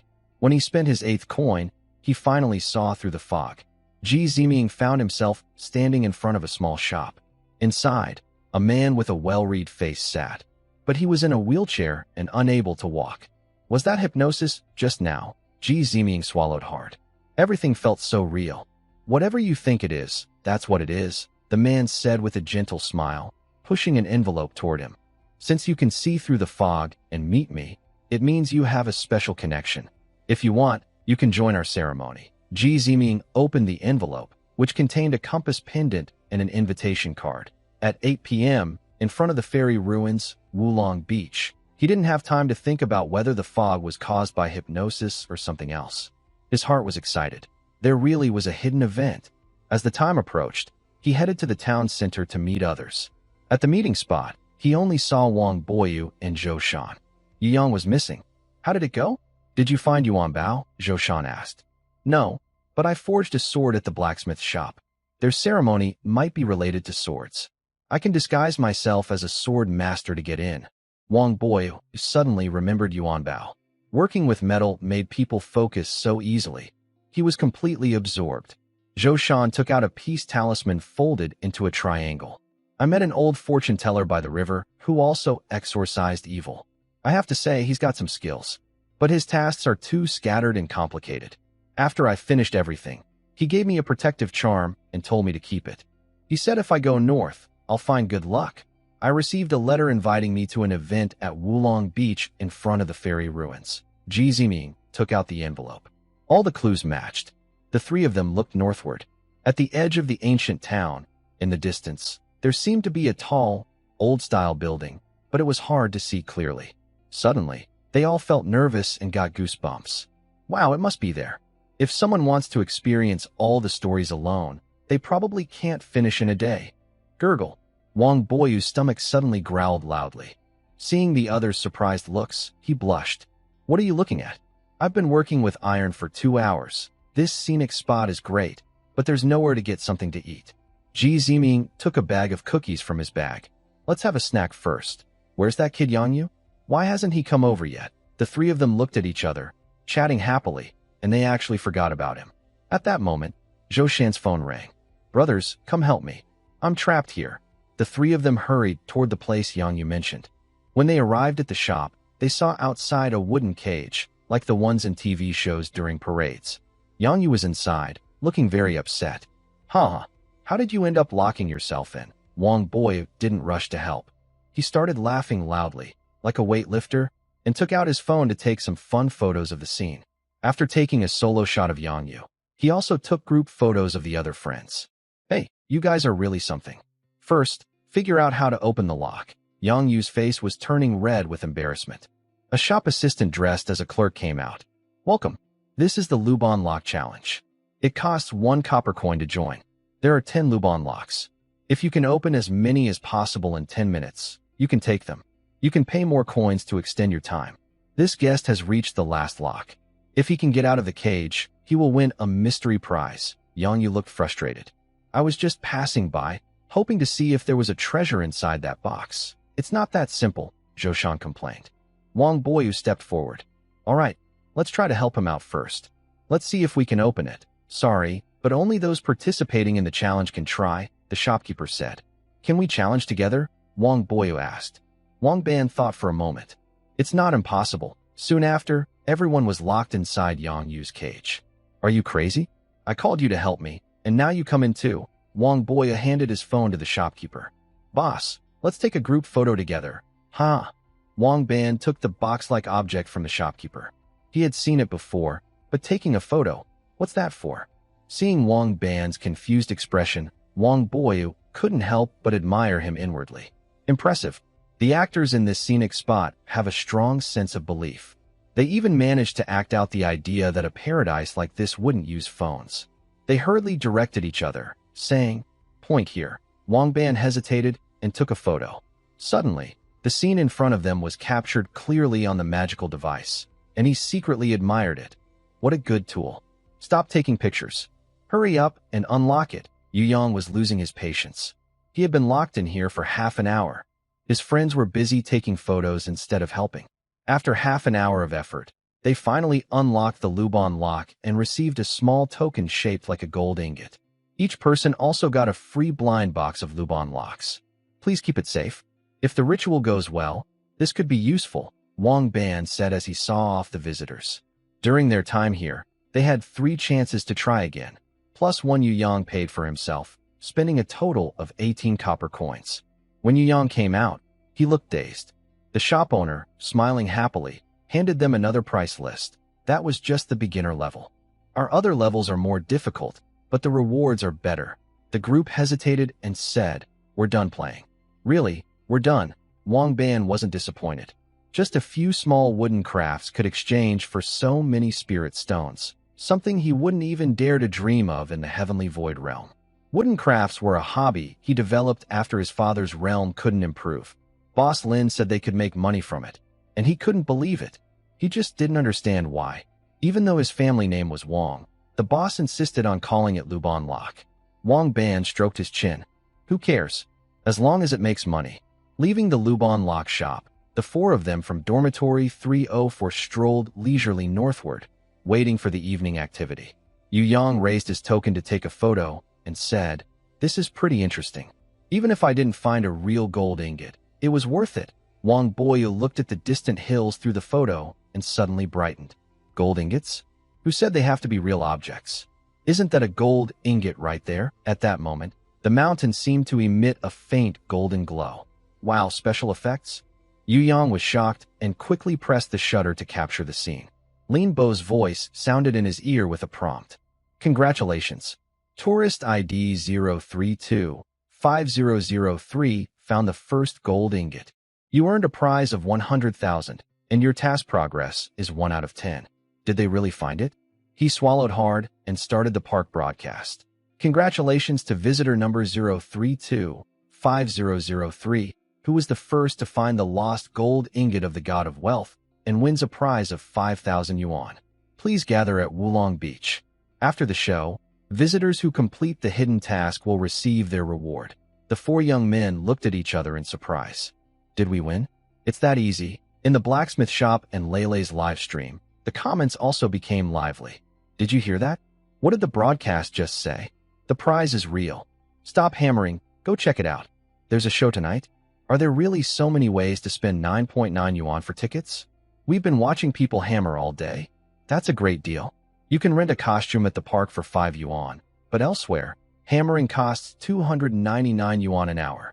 The streamer hammered all day and only spent 100 yuan. Seeing the comments, Wang Lele got frustrated.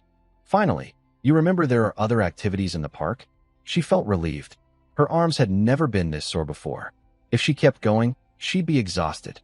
But then she thought about the gifts she received today. It was worth the tiredness. Let's go out and get ready to watch the show.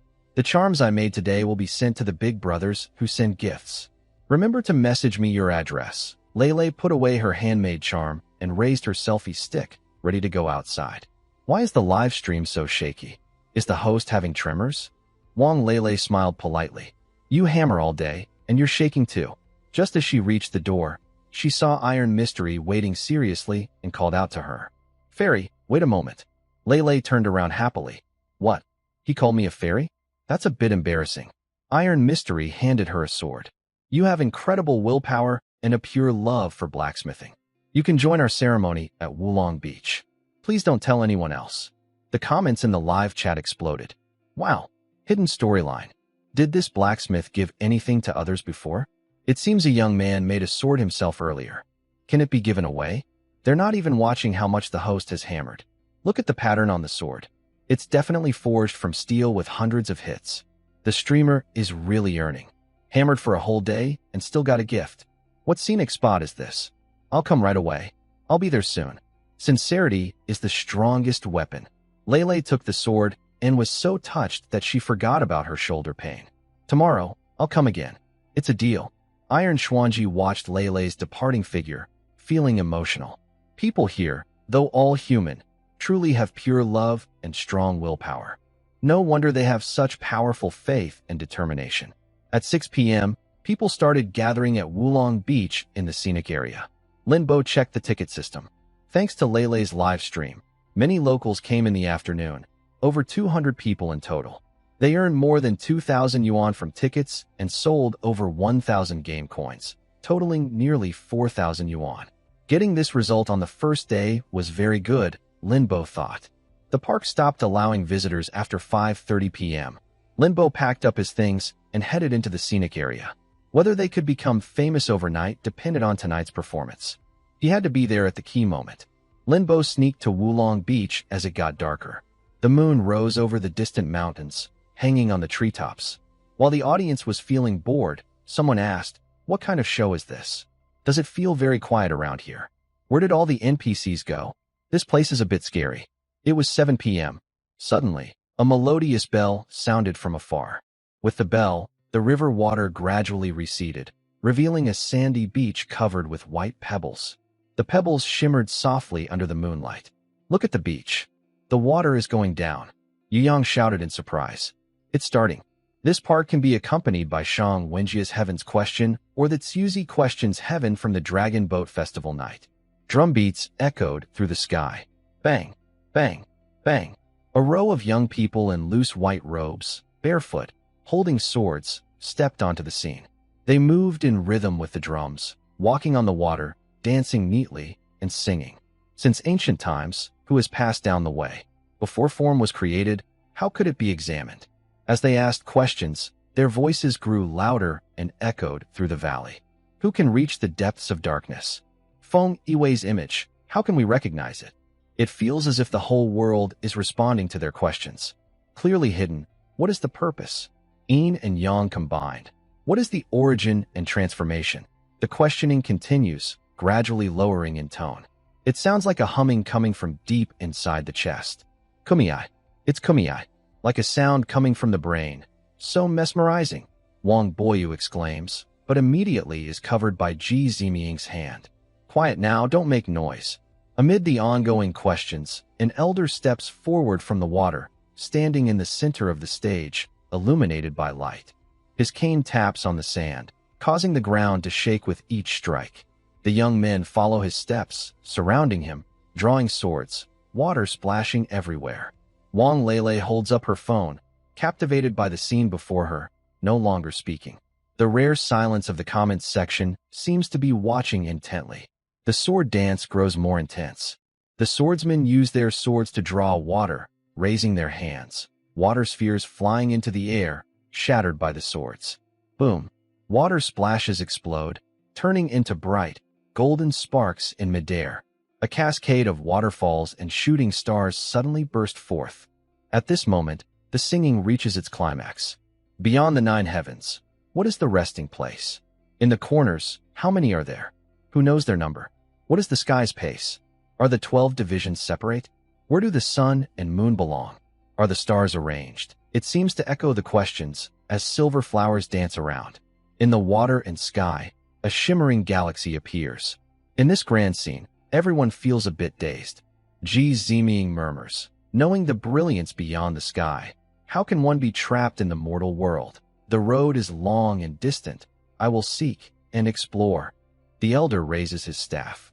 Open the path to heaven. Forge the ladder to the sky. Amid the fireworks and silver flowers, the sword in the dancer's hand slips out, flying into the air, splitting into several pieces, yet connecting into a long ladder reaching the sky. Everyone, help me. Let's fly to the sky. A young boy, holding a sword glowing with fire, rushes out from the crowd, stepping onto the ladder, quickly climbing upward. The crowd gasps. Is this special effects? Is that the handsome guy from the promotional video? There's no way they're doing real effects on site. Probably wires. Those swords are probably tied up beforehand. Someone analyzes. Using wires and climbing a soft ladder. Pretty impressive. I can't even imagine how strong that guy's waist is. No, this isn't special effects. Wow, my sword just flew out too. Someone in the crowd shouted excitedly. Wang Boyu is very excited now.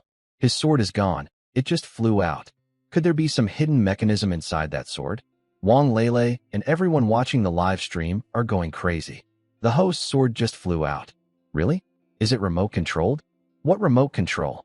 Did they install a drone inside the sword? Wow, how did they do it? Forget it, just watch. Amazing, so impressive. This ticket only costs 9.9 yuan, and it's a great deal. The young man steps on a ladder made of swords, soaring upward. It feels like he's the only one in the world. He looks toward the distant heavenly palace. He swings his sword, sparks flying everywhere. A rain of fire falls from the sky. What is this? This is so beautiful. Linbo watches the fireworks, smiling nostalgically. When he learned that the swordsmanship of real cultivators isn't as flashy as in cartoons, he felt disappointed. But Yi Xingtian's sword was improved. The tip was hollowed out and filled with glowing charcoal. The dancing sparks are a nearly lost traditional craft. Today, let's have a fiery feast. Look behind you. A viewer exclaims, pointing at the fireworks in the sky. As the sparks explode, the buildings behind seem to be lit up. The old buildings seen from afar during the day suddenly shine brightly. It looks like a fairyland. This is a fairyland. A fairyland. What the heck is this? This small scenic area is full of things I've never seen before. It's projection, probably laser projection. The young man on the ladder seems to see hope and leaps toward the fairyland. Sparks swirl around him, like a dragon lifting him into the sky. And just as he reaches out with firelight to grab the fairyland, the ladder collapses. The fairyland suddenly dims. Everyone holds their breath unconsciously. The boy's eyes lose their light. He tries to grab something. But in the end, he only catches emptiness. Exhausted, he falls. No. The audience gasps in shock. The boy's feelings of despair seem to also pass to their hearts. With a loud snap, the boy, like a bird with broken wings, fell into the water. Failed. Everyone's hearts were moved. A huge paper puppet floated up from the water, holding the just-drowned boy. The boy slowly woke up, lifting his body little by little on the puppet, then raising his sword and dancing. Ancient songs played again, this time with a longer tune, as if praising brave heroes. Since the beginning of time, who has passed down the way? Before form was created, how could it be understood? For thousands of years, people have never stopped exploring, seeking the unknown and distant places. The boy's sword dance froze at the moment he looked up at the stars. A long sword, but also truly beautiful. Linbo slowly walked to the center of the stage, bowing deeply to the audience. Thank you all for your help. Unfortunately, our strength is still not enough. The attempt to open the way to the fairy world in Qianxian town has failed again. But for hundreds of years, they have never given up. Holding two swords, Lin Bo slowly entered the crowd, returning the swords to Wang Boyu and Wang Lele. Thanks to all the young heroes for your help. With everyone's support, I believe one day we will walk the sky again. Then he turned to Yu Yang, handing him the prize money. This brave guest, thank you for helping us find our lost treasure. Please accept this small gift. Yu Yang took the red envelope in a daze, feeling its thickness. This is 5,000 yuan, truly given. Please, everyone, continue to help us in the future. As soon as he finished speaking, the actors bowed deeply and slowly stepped back, saying goodbye to the audience. The stage was covered again by the river water. The performance was over. The audience still wanted more. Was everything just real? We could all participate in the show. Is 9.9 real? The boss must be crazy. Ji Ziming looked at the talisman in his hand. If the sword can be used, then the talisman and Luban lock should work too. It's just that the story didn't push that part. Future shows should be unlockable based on visitors' actions. Too powerful, really too powerful. Let's come back tomorrow. Each of us will get a sword. Then we'll keep looking for the gold ingots, Yu Yang said, looking at the red envelope. It's on me. Outside the scenic area, there was a person looking lost in thought. It was Liu Mo, who had just arrived. Did he just see a hallucination? Even outside the park, he could see the sky ladder reaching into the sky, the fire dragons blooming in midair, and a fairyland that looked like a mirage. He stood on top of the car, holding a hurriedly taken camera. He was feeling overwhelmed. Wow, what did I just miss? Will there be another chance tomorrow? If there is such an event, why didn't Lin Bo invite him? It's only been a few days, and Lin Bo has already made the scene at the park so grand. Is there no justice? Broken Handsome Guy.jpg here is a high-resolution image of Yi Xingtian falling from the sky. Wow. Share the scenic spot location. I'm ready to go. Is that ruined building in the background the new dungeon? I want to visit. How can I get there? There are more quests. Follow me for the full quest summary. People from Shu, come out and tell us. Are you eating so well without sharing? We don't know either. At Shu Province Culture and Tourism, come out and speak. I just want to say, isn't the singing in the middle very moving? What is that? So impressive. Lin Bo looked at the comments and smiled.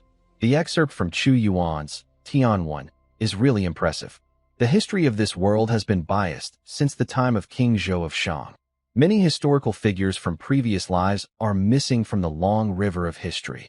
So Lin Bo boldly used creative ideas and passionate storytelling. As Lin Bo scrolled through, he was surprised to see that someone had already started updating notes and guides for the scenic spots. Is it that efficient? Today's results are good. Lin Bo closed his phone, gathered everyone, and gave a summary. Today is the first day of opening. Business isn't great yet, but it's better than expected. Keep up the good work. Most visitors rented clothes from Xiaoyuer. Many also chose additional services. Today, Xiaoyuer earned 150 copper coins. Lin Bo took a 20% commission, giving her 120 yuan. Xiaoyuer looked at the increasing spiritual power in her jade badge and felt a bit dazed. Just one day? So much in just one day? And business isn't bad? Xiaoyuer swallowed hard and looked at Yi Xingtian beside her. Yesterday, she was envious of Brother Yi. Now she feels sorry for him. According to the boss, workers like Brother Yi are called laborers. Poor workers. Today, her income nearly surpassed what he earned in 3 days of work. The boss was right. Who knew that ordinary clothes would be so popular here? The blacksmith shop earned over 50 copper coins, with more than 20 contributed by Lele. Not many people like blacksmithing. Most just bought small accessories. That earned about 45 yuan. Iron Hidden Heart is very satisfied. Today, he earned enough power and also met like-minded friends. Very good, very good. The small team led by Hu Wanli collected a total of 200 copper coins, but there were many people sharing the rewards. Gao Mingfeng's business was simple, just waiting for rabbits, and earned only about 30 coins. Wang Ban sighed, because the threshold was low, and with each challenge, he could win prizes and take them away. Many people spent money on upgrades, surprisingly becoming dark horses. In just one day, he earned 250 coins, making him the highest earner in the group. Wang Ban was a bit stunned. In one day, he earned 250 spirit stones. After deducting the commission, it was exactly 200. At this rate, he could pay off his debt in just over 200 days. Forget changing his family's traditional craft name. He could even call himself Luban. Once he paid off the deposit, everything else was his. In the past, he wouldn't even dare to think about it. I'll exchange everything for spirit stones to pay off my debt. The people from Tianjin Gate choked on their saliva and coughed violently at this reckless move. Such wastefulness. Didn't we say you have faith and power? You can exchange some first to improve your strength. Huwanli couldn't help but remind him. You can choose to keep a little on you. Lin Bo's gaze fell on Wang Ban. Wang Ban smiled honestly. The secret realm is good. I don't need to go out. I'll pay everything back first. The sooner, the better, so I can feel at ease. Lin Bo nodded. This lone cultivator was too honest. He earned the exchange rate and took a little cut. Ahem, a bit embarrassed. In the future, he should take care of him more. With more people, business will be better. Huwanli looked at Lin Bo's satisfied expression and secretly glanced at Wang Ban. He sneered inwardly. This kid really knows how to please his seniors. Lin, the shrewd merchant Bo, looked at everyone from Tianjin Gate. Everyone did very well today. More people will come tomorrow. Rest early, cultivate well, and prepare for tomorrow's performance. He dismissed everyone, who went back to practice. Lin Bo returned to his room and started checking the system data. The business income wasn't much. Early bird tickets were cheap to begin with. Once prices return to normal, it will be better. The real big income will come from visitors spending inside the park and from investment promotions. An even more valuable aspect is the good reputation gained through affordable prices, along with the resulting prestige benefits. Today, the positive reviews increased to 2.5 stars, and the reputation from visitors entering the park reached 500. Plus, thanks to online shares and likes, we gained over 1,000 reputation points today. At this rate, it won't be long before the reputation of Jianxi Xianlu is enough. Remember, that broken building cost 200 million yuan to build only halfway. Where could he find another 200 million? Fortunately, there is a system. People online are worried he might lose money. He might not have made a profit, but he definitely won't lose money. The only problem is that the scenic area still needs a place to eat. After all, everyone in the park except himself and old Zhang is a practicing monk who avoids eating. Not to mention eating, these people don't even drink water while working. They are like the best of the best among animals. But visitors still need to eat. Lin Bo noticed that the positive reviews on the platform had reached 40. At this rate, he might be able to hire more staff tomorrow. It would be great to find a cook, but he can't really let the lovely visitors go hungry. The next morning, Lin Bo drove the only remaining company vehicle, a Wuling Hongguang, to town. He bought some bottled water, instant noodles, sausages, tea leaves, and a hot water kettle. He told Yixing Tian, I'll set up a small area by the creek. You can bring some tables and chairs to set up a tea stall. During the day, you can sell water and snacks. If you sell a lot, I'll give you a commission. Really? Yixing Tian looked surprised and happy. Yesterday, seeing his fellow disciples earn merit points made him happy. But suddenly, he felt that as an employee, he seemed to have no room for growth. His enthusiasm for work was quite discouraged. He didn't expect the boss to arrange a new job for him the next day to help him generate income. How thoughtful of a boss to consider his employees this way. But how do I sell these things? Yixing Tian looked at the unfamiliar items in front of him with curiosity. The water was in transparent bottles. He had never seen these bottles before and wondered if they were expensive. Lin Bo took out a bottle of water, some instant noodles, and sausages. These 3 items, 2 cents each. You're boiling water. If someone needs to make instant noodles or tea, you can help them. Those eating or drinking can sit down. Is a cup of tea 1 copper coin? The remaining water can be stored nearby, 2 bottles for 1 coin. Yixing Tian thought to himself, this is really good stuff, not cheap at all. I wonder how it tastes. Thinking of this, he couldn't help but lick his lips. Lin Bo thought for a moment and waved to Yixing Tian. Let me give you another tip. Listen if you want. Yixing Tian nodded. If someone wants to buy instant noodles or tea, you can let them choose whether they want you to make it or do it themselves. If you make it, after it's ready, you can serve it to the customer with your sword. Before Lin Bo finished speaking, Yixing Tian's eyes lit up. Isn't this a way to practice while working? It's very thoughtful of the senior. Can you handle the tables and chairs yourself? Just use bamboo chairs and stools. Yi Xingtian nodded. He has tables and chairs in his space pouch. He noticed visitors liked old-fashioned things. Since many disciples had come from his sect, he went back yesterday after work to bring some unused tables and chairs and stored them in his space pouch. These days, the virtual world is at night, so he's not going back for now. Training in the secret realm is more important. Yi Xingtian carefully unloaded each item and put them into his space pouch. He immediately set up a stall. Linbo just finished arranging the scenic area, and visitors arrived. Linbo sat at the ticket booth, looking at the long line in front of him, feeling a bit surprised. He knew the online promotion was effective, but he didn't expect it to be this good. There aren't many tourists from outside, but the local women are always at the forefront of the trend in the county. A few aunties brought along an older man with a DSLR camera, and they came in a grand procession. The old man had just finished taking photos of cattle outside, and he was excitedly sharing his shots in the photography group. I asked, "That big brother took the cattle out this morning, fished until evening, and even took the cattle back at sunset. All can be photographed. Come quickly. With this momentum, as long as the weather is good on a weekday next week, there will be visitors. Not to mention those out for a walk with their kids or looking to find some gold to make quick money. Yesterday, they saw a video, and today, taking advantage of the weekend, they came." Yu Yang and 4 others stood at the end of the line, looking at the hall that was completely different from yesterday. They were stunned. "Why are there so many people?" Wang Boyu showed a pale smile. "I told you to come earlier. Yesterday, my mom looked at the photos and said that their square dance group was just hanging out here today. Some customers even asked if they could top up game coins or get discounts on recharges." Linbo smiled. "We are still in trial operation. Once we officially open, there will be recharge promotions. Damn it. I just became a shady businessman and forgot about the recharge event. I'll set it up next week." Throughout the day, at least 300 or 400 visitors came in. Everyone was busy and excited. Xiao Yuer's puppet makeup team increased from 2 to 5, all about detailed work. After a day, her mental energy felt almost drained. But it was so fun, so exciting, especially when the scenic area closed, and she received a share of the donations and spiritual power. The power and the rich spiritual energy in the air of the scenic area flooded into her dry meridians. Her cultivation speed was more than 10 times faster than inside Tianqing Gate. Xiao Yuer pinched the jade pendant in her hand. She had only used half of the spiritual power inside.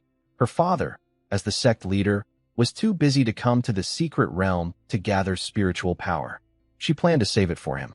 In a few years, he should break through to the nascent soul stage. Linbo looked at today's harvest and felt a bit surprised. They found 4 gold ingots, bringing them closer to opening the Wealth God Temple. The 40,000 yuan reward from the temple deposit made Linbo feel more confident. Their business income was almost 10,000 yuan. Parents bringing children really have strong spending power, especially Wang Ban's Luban Lock Experience Shop, which was very popular among kids and parents. Some even came just to check in, saying they wanted to be united as a family and close the cages neatly. There was also an unexpected surprise. The scenic area went viral again on short video platforms. Linbo checked the local trending searches. The first was a clip of Yi Xingtian pouring tea with a sword. Even Limo's carefully shot performance video was overshadowed. "Does this scenic spot have handsome guys? Using swords to feed me water. Wake up, upstairs. He's just passing you tea, not feeding you. But this move is so cool. Wow, rewind that." On site, I really went to check out the video on his profile. Forceanalysis.jpg sword cultivators have slim waists. The person upstairs just sprayed their underwear onto my face. I really wish I had a holiday. I want to go now. Linbo opened the video and saw that Yi Xingtian indeed has a talent for showing off. He was dressed in a strong outfit, wearing a straw hat, and somehow had a mask on his face. Half covered his face. A sword and a bowl of water. His movements were graceful, and his gaze was cold. After performing a set of actions, even Newton would be puzzled at 3 a.m., wondering if there was a problem with the laws of physics. He has both looks and skills. He has both skills and looks. He has so many aunties enchanted that they want to introduce him to someone right away. Some people queued 3 times, drank several bowls of tea, just to watch him perform a few more times. Anyway, the water isn't expensive. 5 yuan for a cup of tea, and you can watch a show. Worth it. Absolutely worth it. Today, Yi Xingtian stall alone earned a total of 500 coins, equivalent to 2,500 yuan in Chinese currency, topping the charts. Lin Bo was so happy that he directly gave Yi Xingtian a 50 yuan bonus. Yi Xingtian took the money, hesitated for a moment, and knelt down holding the money. I can't accept this money. Lin Bo looked surprised. This is your deserved commission. There's no need to be so formal. Yi Xingtian shook his head. Xingtian already has a master and knows he's not qualified to be your disciple. But you first taught me the principle of all swords return to one foot and the way to balance sword moves. I've gained a lot from you. How can I accept your money? A teacher's kindness should be repaid. All right. Lin Bo waved his hand. Get up quickly. That's what a boss should do. When employees are happy, the scenic area will truly prosper. Although it was unintentional, it also shows that your Tianqing sect is good at attracting investment. The stronger you are, the better. Liamo looked at his 4K Ultra HD, multi-camera, well-composed video, and was furious. Today, he brought special equipment to record a big event, but the attention was stolen by a passerby's direct shot. No matter what, the scenic area really gained some popularity. Lin Bo checked the comments section of the scenic area again. The number of positive reviews finally reached 99. Lin Bo logged into his small account and left a big positive review for the scenic area, finally reaching 100. Ding! Reputation threshold reached. Go recruit new staff now. Woohoo! Yi Xingtian's small tea stall is not a sustainable plan. But these cultivators really don't eat meals. It would be best to hire a cook for himself, or simply set up a restaurant in the scenic area. Today, 3 more ingots were found. Lin Bo's small treasury, thanks to the fortune blessing, now has 380,000 after paying bonuses to visitors. In just 2 days, the income has exceeded 10,000. He plans to keep this money untouched for now, converting the 380,000 bonus into system currency. Lin Bo spent 1,000 extravagantly to give himself a 10-layer luck buff. 10 hours of bad luck is quite manageable. Then he looked for a slightly open space. To prevent newcomers from falling from the sky and damaging the buildings like Yi Xingtian did. Time to draw. A blue light flashed, and the system notified that the recruitment was complete. A beginner chef has been recruited. Please wait for this person to come for an interview at the scenic area. Is it really that normal? Lin Bo felt a bit disappointed. So ordinary. Am I still the unique leader I thought I was? It looks like he won't meet the chef today. The interview will take at least until tomorrow. The scenic area has many unused courtyards. Lin Bo chose a 3-in-1 courtyard by the river to set up as a restaurant. There are too many cultivators in the scenic area. The best workers are usually locals, which is why Lin Bo is determined to recruit chefs through the system. He opened them all. First, he needs to set up the kitchen so the chef can try cooking once he arrives. Also, during the week, fewer tourists come, so it's a good time to handle some issues. Currently, visitors complain most about parking difficulties, long lines at the ticket booth, inconvenient game currency exchanges, poor restroom conditions, and many families with children. Lin Bo, now wealthy, started shopping in the system mall. First, he focused on building structures. Asphalt parking lot. 10 coins per square meter times 5,000 is equal to 50,000 coins. Public restroom renovation. 3,000 coins per room times 5 is equal to 15,000 coins. Mother and baby room. 5,000 coins per room times 2 is equal to 10,000 coins. Training benches. 2,000 coins each times 20 is equal to 40,000 coins. Game coin exchange machines. 5,000 coins each times 4 is equal to 20,000 coins. Restaurant kitchen renovation. 5,000 coins. Altogether, the small treasury spent 140,000 coins, leaving 250,000 coins remaining. Lin Bo felt emotional. He guessed that the prices in the system are based on the combined value of 2 world currencies. No need to consider labor costs. All these items cost only 130,000 coins, much cheaper than outside. But why are the benches so expensive? Training benches have an embedded self-circulating spirit stone system. Sitting on them can boost training efficiency. Ordinary people can quickly recover their energy. A stamina charging device? Great. No need to worry about fatigue in the Shuling's secret realm. Lin Bo placed the purchased buildings on the map one by one. Then he opened the skill page he hadn't dared to look at carefully before. Training personnel is very important. Currently, The basic skills available in the shop are mainly for employees and merchants. Each 1,000 coins grants a learning opportunity. He had spent all his money on renovations before. Now he has some extra funds. Should he use the money to pay off debts or to train people? Strictly speaking, most people in Tianqing Gate are not considered employees. But if he can further improve their strength from the current level, even in poverty, education must not be neglected.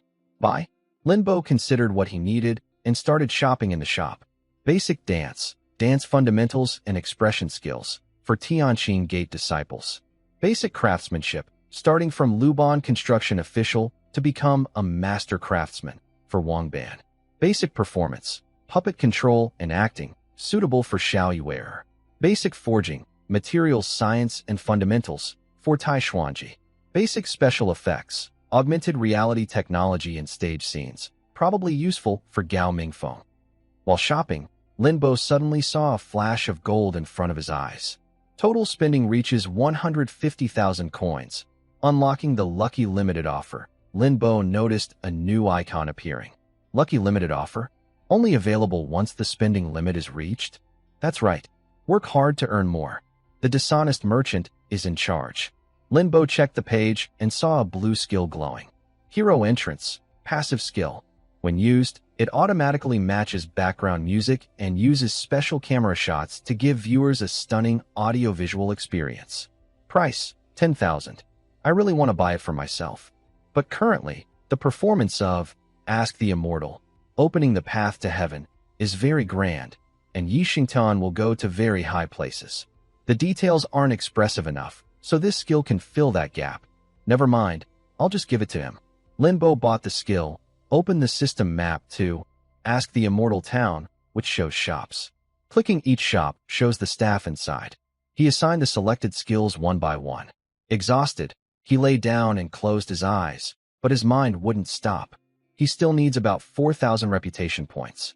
He hopes to finish before April so that the Sishan Tower can open before May Day. Today was really tiring. It would be great if someone could come help collect money. Practitioners can faintly feel the power of incense on the Chinese coins, but they can't directly access it. But Linbo still doesn't want them to directly touch the coins. It's better if locals handle it.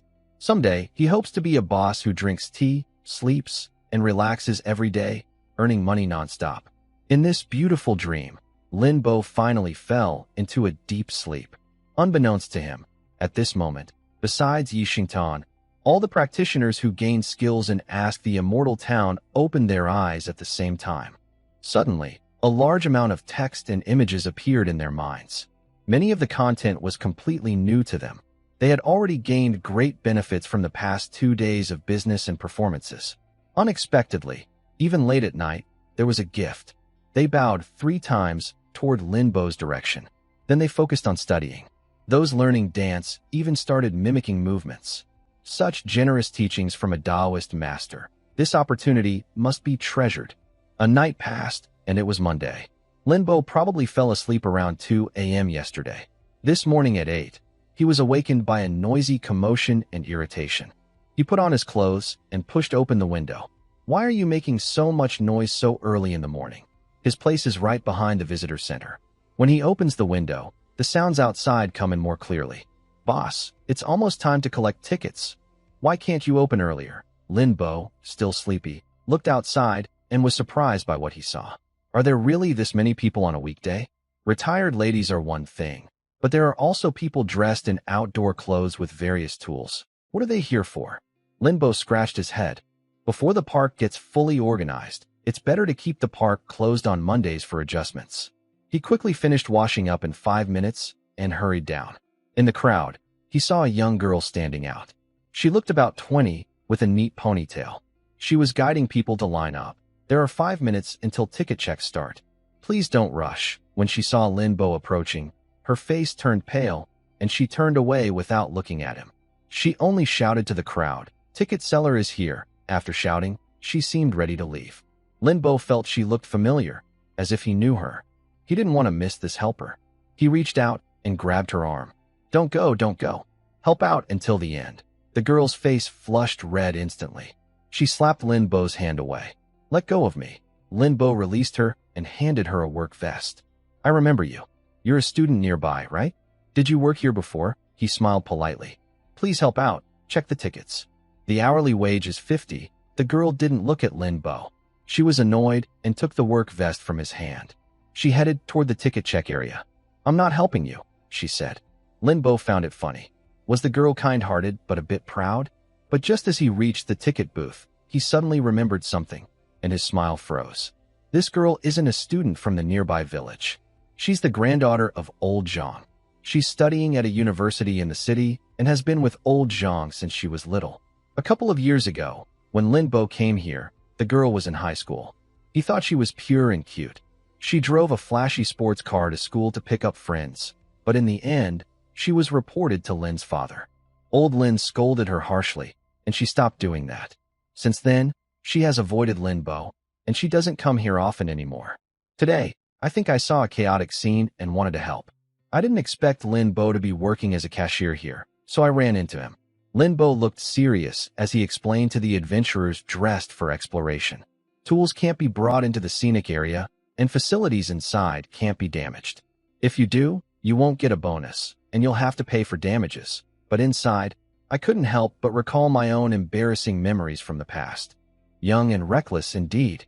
Finally, I managed to send this batch of visitors into the scenic area this morning. Lin Bo took a bottle of water and handed it to Zhang Xiaoxiao. Sorry, I didn't recognize you just now. I was young and naive before. Just pretend I don't exist. Feel free to come see your grandpa whenever you want. Okay. Zhang Xiaoxiao took the water, looked down, and slowly unscrewed the cap to take a sip. She nodded uncomfortably. Things have changed a lot here. I thought I wouldn't make it through this month. I want to come pick up my grandpa. No. Uncle Zhang is now a pillar of the scenic area, and my father promised to take care of your grandpa. That counts here. I heard you're working part-time outside on weekends. If you don't mind, come help here on weekends. You can also spend time with your grandpa. If you're worried about me, I'll leave the ticket booth entirely in your charge. Zhang Xiaoxiao pursed her lips as the early spring breeze ruffled her soft hair. I saw Grandpa walking a cow by the river, fishing happily. I'll come every weekend from now on. If you need anything, contact me. I can come when I don't have classes. That would be great. This should be a fresh start. Lin Bo sighed in relief. Turning his head, he saw a man around 30 walk in, looking around as if he wasn't a tourist. He had darker skin, rolled up his sleeves to his elbows, showing strong arms. His clothes were neat and tidy. Where's the office? I'm here for an interview. Lin Bo's eyes lit up. Today really was a lucky day. The cashier was settled, and now the chef was here. Lin Bo handed the ticket booth over to Zhang Xiaoxiao. He took the chef who came for the interview into the scenic area. The location of the shop is already decided. You can check out the environment. There are some basic kitchen tools inside. Let's try cooking a few dishes first. Okay. Liu looked around the scenic area as he walked. There weren't many people, and the scenery was quite nice, just like what he saw online. But after walking a few steps inside the park, he suddenly felt very comfortable all over his body. Soon, the two arrived at a shop. The location was very good, right on the main road where people go to see performances. One side faced the busy main street, and the other side, near the river, had a two-story building. Of course, their shop should have the best spot. Lin Bo showed Liu around. The shop is big enough. Right now, it's pretty empty, so tell me what you need, and I'll buy it in the next few days. Can people stay here? Liu asked. If you want to stay, that's fine. There's a yard at the back, so you can bring your family if needed. Not family, my master. He's not feeling well. I think the environment here is good, so if possible, I want to bring him here to rest. Looking out the shop window, they saw green mountains and clear water. Liu was very happy. He thought his master would like this environment. Lin Bo clicked his tongue in admiration. Such filial piety.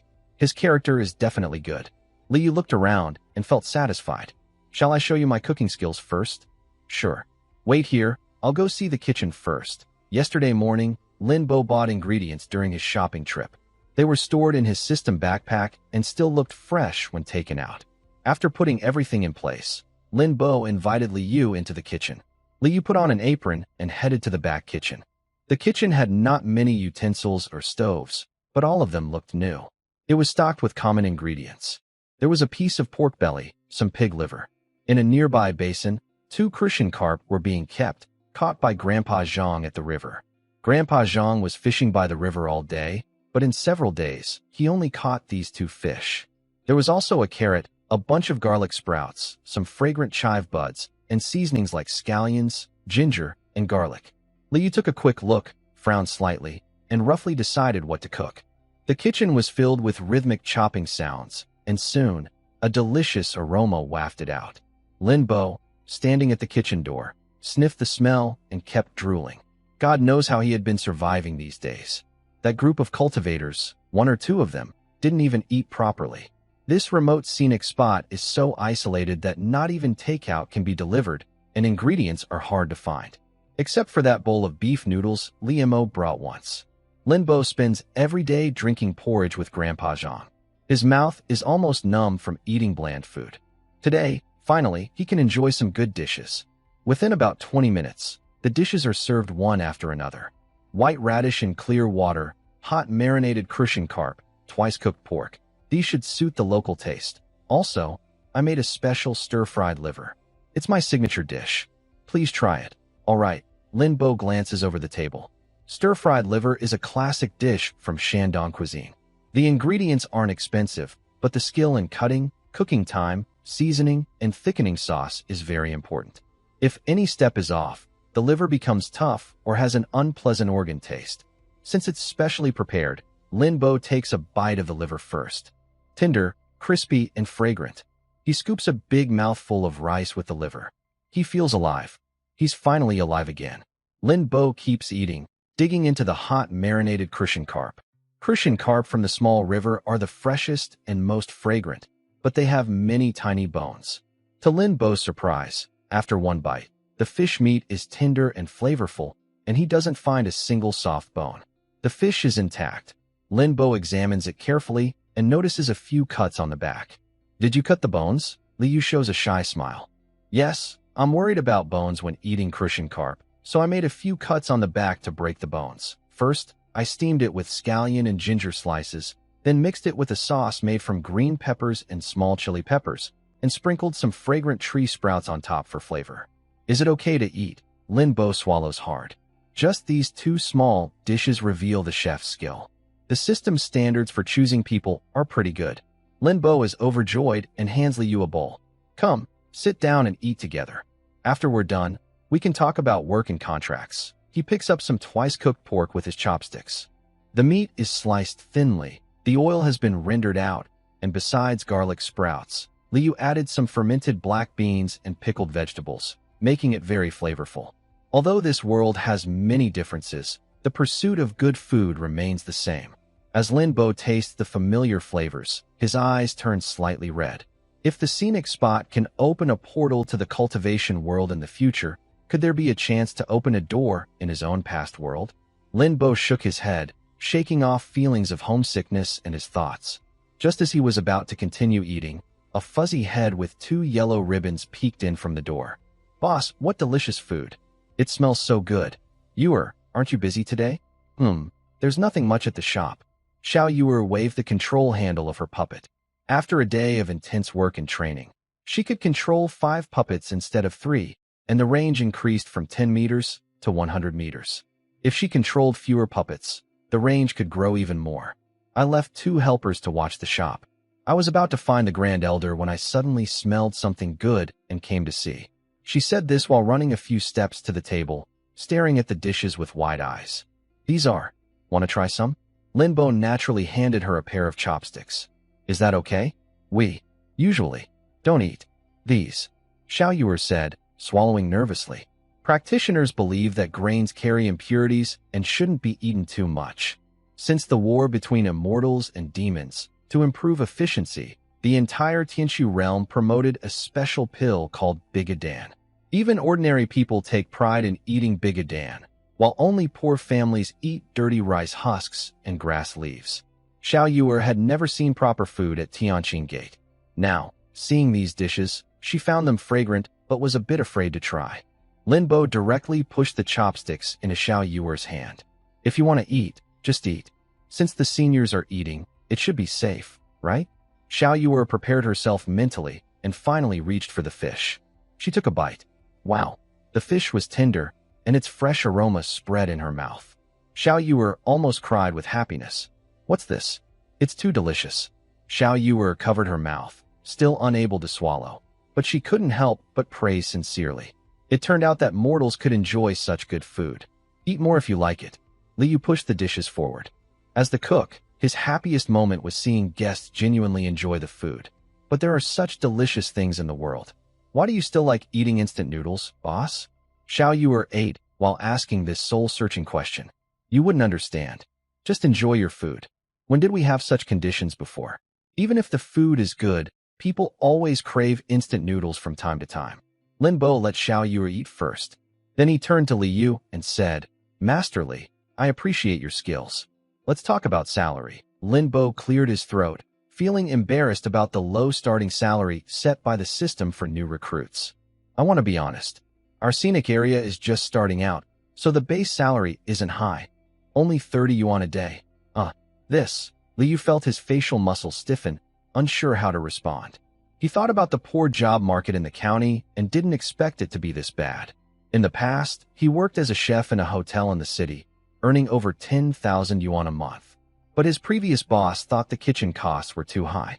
They brought in a relative as the head chef, who kept meddling in the kitchen, changing suppliers, adjusting dish portions. To save costs and improve efficiency, they often found reasons to deduct money. During past New Year holidays, he earned over 10,000 yuan in bonuses. This year, he worked from the 30th to the 7th of the new year, working hard but making many mistakes, so his bonus was cut to only 500 yuan. When his master fell ill and wanted to return home, he decided to go back with him. He was prepared to accept a lower salary, but he never expected it to drop to 1/10 of his previous pay. The salary is really too low, Li Yu sighed, about to politely decline. Wait a moment, I haven't finished talking, Lin Bo interrupted. Salary is one thing, but I plan to give you full management rights over this restaurant. Consider it an equity share for your skills. After deducting costs, the net profit will be split 60 to 40, with you getting 60% and me 40%. Li Yu hesitated, struggling to refuse. Cutting the salary and sharing profits so drastically.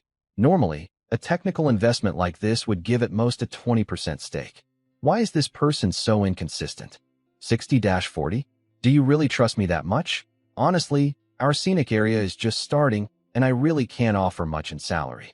Having someone like you, a master chef, is a real bargain for me. Seeing Li Yu's surprised expression, Lin Bo knew he had made the right move. Damn system, it limits the salary. All I can do is make big promises to keep people here. Don't make it too big, it won't look special enough. But I think our scenic area has potential. Last weekend, the number of visitors exceeded 500. In the future, more people will come here, and we will also organize tours. Just tell me, can we do this work? Yes. Of course we can. A few days ago, Li Yu checked around. The highest salary in the county is just over 7,000 yuan, and the work hours are long with many responsibilities. Although the base salary for this scenic area isn't high, it has great potential. When he just arrived, he noticed today is Monday, and the visitor flow isn't small. If the boss's data is true, with 500 visitors on the weekend, even if only 300 dine in the scenic area at an average of 40 yuan per person, with a 40% profit margin, that's about 4,800 yuan. The property still belongs to the scenic area. Initially, he plans to hire one person to see how things go. After working for many years, he has some savings, so he's not worried about taking a low salary for now. Most importantly, the environment here is really good. He plans to bring his master over and take good care of him when the number of people is still small. He immediately signed the contract. Lin Bo happily put away the contract. It's settled. You go back and get ready. If the shop needs anything, make a list and send it to me. I'll take care of it. Okay, I'll send it to you tonight. Li Yu was satisfied. This boss is straightforward. Unlike his previous employer, who even had to buy a new kitchen knife out of pocket, Lin Bo was also happy. He basically got something for nothing. A chef like this in the county would earn at least 7,000 to 8,000 yuan a month. He just overheard that Li Yu even brought his master along.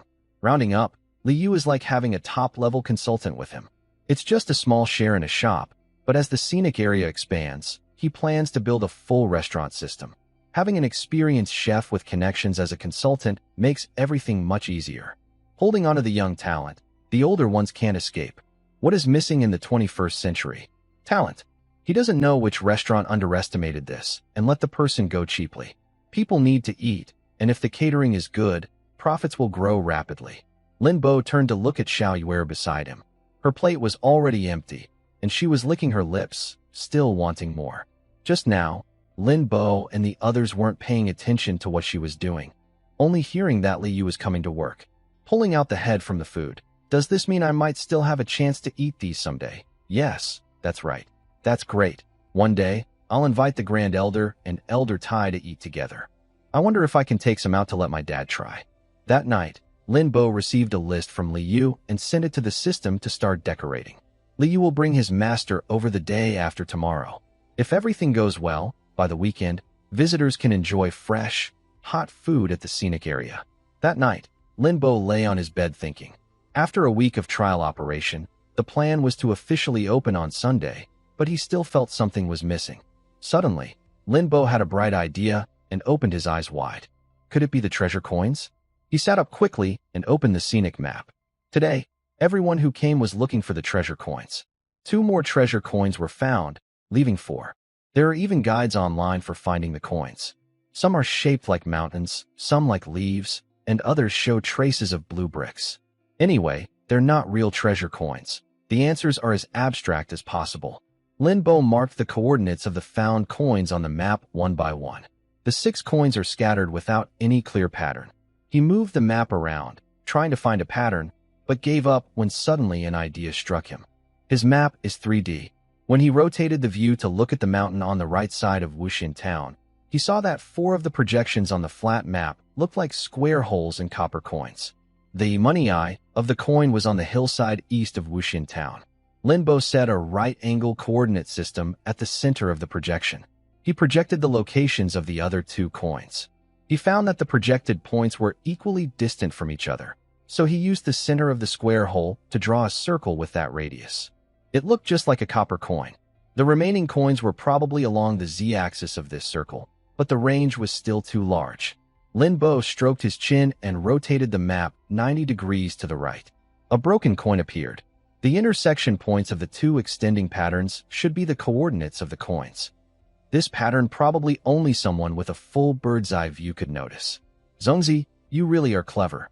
There was a spot just below the Wulong Beach stage where a certain point was located. That place was hard to find, so it was a good opportunity to use. Lin Bo had an idea. He opened the window, turned on the light, and enjoyed the cool night breeze. Across from Lin Bo's courtyard, Xiao Yuer suddenly opened her eyes. She heard her stomach rumbling and felt a sharp pain. In an instant, Xiao Yuer's face turned pale. Is it poisoning? She was a bit panicked and quickly sat up, clutching her stomach in pain. She staggered out of the room. Then she remembered she was inside a scenic area, and Elder Sushin and her father weren't around. Should she go find Elder Hu? Xiao Yuer knelt on the ground in pain, took out a paper doll puppet from her pocket, and sent it out to seek help from Elder Hu and Brother Yi. As the paper doll left, a gentle, angelic voice sounded in her ear. What's wrong, boss? Xiao Yuer turned her head and saw someone familiar. Tears finally couldn't be held back and rolled down her cheeks. Lin Bo was startled by Xiao Yuer's pale face. He had just finished writing a plan and was about to go to the bathroom. He saw Xiao Yuer leaning on the stairs and collapsing to the ground. Senior, help me. My stomach hurts so much. I think I've been poisoned. Something is trying to come out of my body. I can't hold it anymore. There was a brief silence in the air. Lin Bo hesitated before speaking. Maybe you need to go to the bathroom? Huh. I'll take you to the restroom. That filthy, disgusting place of mortals. Lin Bo took Xiao Yuer to the bathroom. Xiao Yuer looked at the newly renovated building in front of her, and her inner struggle eased a little. Go inside. You should be able to handle it yourself. I'll leave now. Huh, senior? Xiao Yuer turned back, only to see her senior's figure fading away. He had left. Xiao Yuer gathered her courage. If ordinary people could do it, why couldn't she? She bravely stepped into the bathroom. After a moment, the sound of flushing came from inside. Not long after, 2 figures hurriedly rushed to the bathroom entrance. Yuer, are you okay? What's the situation? What are you doing here? In an instant, a bright golden light flashed in front of the window. Xiao Yuer looked blankly at the late-arriving Hu Wanli and Yi Xingtian. I have advanced. Although her realm was still suppressed by the secret realm's rules to the level of qi refining, she was sure she had successfully entered the second stage of foundation establishment. This speed was a bit too fast. Very good, but you didn't need to specifically ask us to come. By the way, why are you practicing here? An old and a young person's focus was completely off. Later, I'll invite the Grand Elder and my senior brother to dinner, then you'll understand. Xiao Yuer's face turned red and white as she slowly left. Lin Bo returned to his room and looked at the full moon outside the window. He couldn't help but feel emotional. Practitioners of cultivation really don't need to go to the bathroom. Lin Bo couldn't help but laugh. Once everything was ready, he planned to invite others for a meal. After finishing all the plans, dawn was approaching. He checked his account, which had grown richer thanks to the God of Wealth Temple task. Even with the system, it was still just a drop in the bucket. It wasn't enough to cover that private loan, and in a few months, the bank loan deadline was coming. This money was barely enough. Now that the fairy town was repaired, maybe he could use some of the collateral to pay off part of the debt? These past days, there weren't many guests, so he needed to go to the bank to handle these matters and also discuss the tour group. After all, transportation here was inconvenient. Most local tourists could manage with buses and private cars. In a few days, there would be the Qingming holiday, which could seriously affect the travel plans of visitors from outside. The original owner seemed to have collected quite a few business cards during social events. He'd ask about it when dawn came.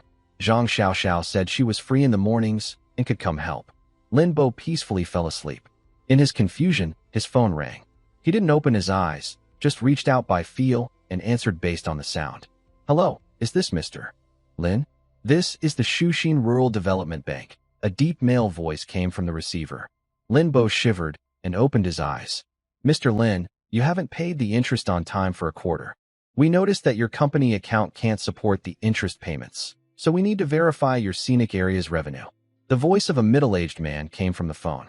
If the scenic area still doesn't improve, I suggest you start thinking about selling or transferring its assets now. Just then, Lin Bo, who had been overwhelmed by sleepiness, suddenly became alert. Sell what? With the system tied up, how can I sell? Lin Bo quickly sat up, moved his face to wake himself up, and made his voice sound more energetic. Well, actually, I was about to contact you. Recently, our scenic area's operations have been pretty good. Before Lin Bo finished speaking, the other side interrupted him. Sorry, we really can't extend your loan again. You've already asked for an extension once before, said the voice on the phone, sounding a bit unhappy. No, I just want to borrow a little more. On the other end, the customer manager from the Rural Commercial Bank thought Lin Bo was crazy. What can be used as collateral for that broken scenic area?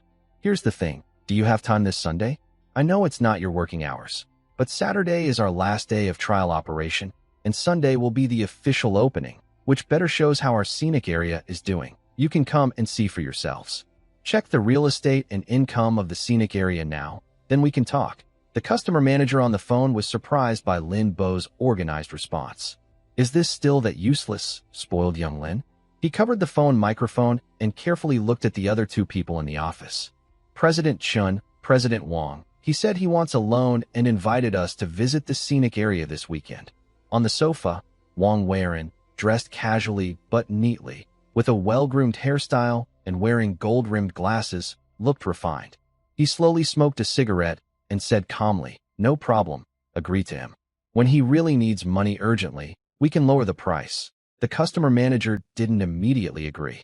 He looked at the vice president behind him, who nodded, then responded to Lin Bo and left the office.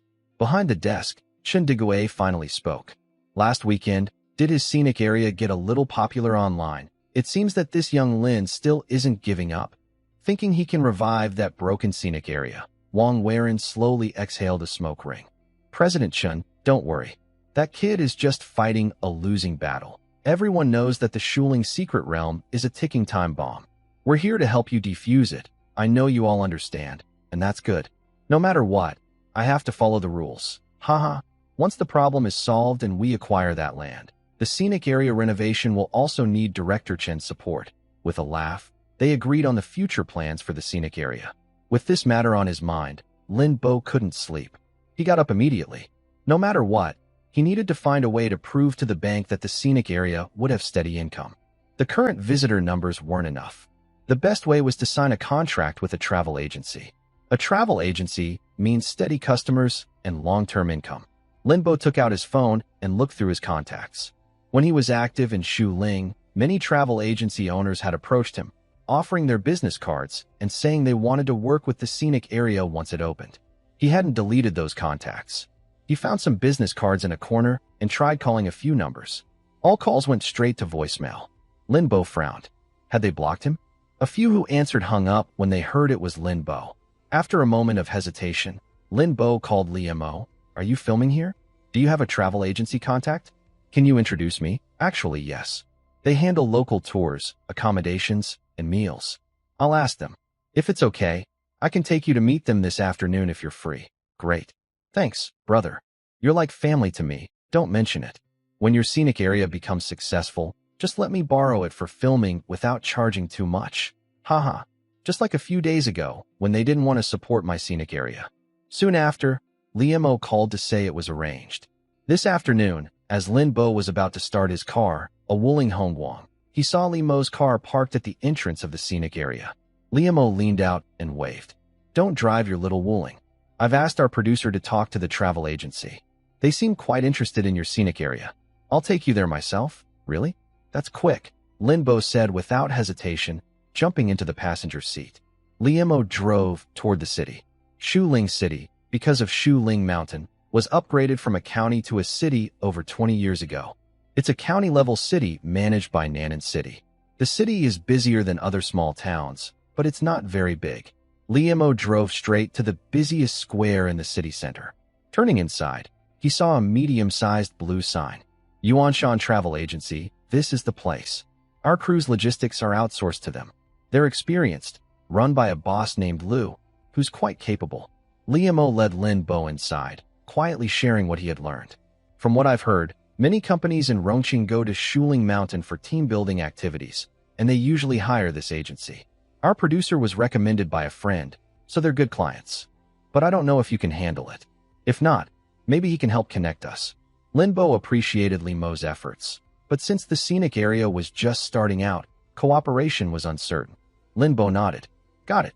Whether it works out or not, I'll treat you to a meal at the scenic area in a few days. No need. I know a good barbecue place. I'll take you there tonight. Liamo thought about the instant noodles at the scenic spot. Sighed. Is the area too remote? The receptionist saw someone arriving and cheerfully led them inside. The boss has a guest. Inside, the staff seemed busy, smoking a cigarette and working on some documents without looking up. They pointed to the chairs in front. Wait a moment. Linbo frowned at the attitude. He held onto the back of a chair, but didn't sit down. Seeing the person didn't seem to want to look up, he smiled at the receptionist. It looks like Mr. Lu is busy. We're not here at the right time, so we won't disturb him. Oh, isn't that General Manager Lin? No rush, no rush. The owner of Yuanshan seemed to recognize him, pushing aside some files and standing up to greet him. He glared at the receptionist nearby. Why didn't you call me? He pulled Linbo to sit down, then asked the receptionist to pour tea. Come on, Xiaowang, pour some tea for Mr. Lin. The owner of Yuanshan Travel Agency looked at Linbo with a smile. I heard the scenic area is doing well recently. Has it officially opened? Not exactly, but it's finally on the right track. Mr. Lin is young and promising. The owner, holding a cigarette, lit it and took a puff. He picked up a document nearby. He glanced at it, took a deep drag, then pointed at Liamo with his cigarette. This morning, their leaders talked to me about your situation. I just wanted to understand your situation better. Honestly, this isn't very good. Mr. Lu, you can't say that. Liamo was about to defend Linbo, but was interrupted again. Listen to me first. Shaolin's family used to have a mine, but they are new to tourism. I checked the online reviews, and everyone says your prices are cheap. But how can you make money like this?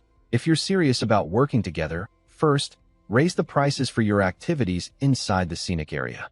The costume rentals should start at 199 yuan per person. The blacksmith, at least 239 yuan an hour. The souvenirs with silver edges, just call them traditional handmade crafts, and sell them for 1,000 or 2,000. Why sell items for just 5 yuan?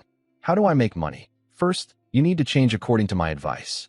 Then we can talk about sharing the profits. Lin Bo's smile grew colder, and he raised an eyebrow. If you change, how much do you want from the profit share? Your ticket money isn't much. Just give me 50% as a gesture. As for the spending by tourists here, Boss Yuan Shan held up his thumb and forefinger to show an 8.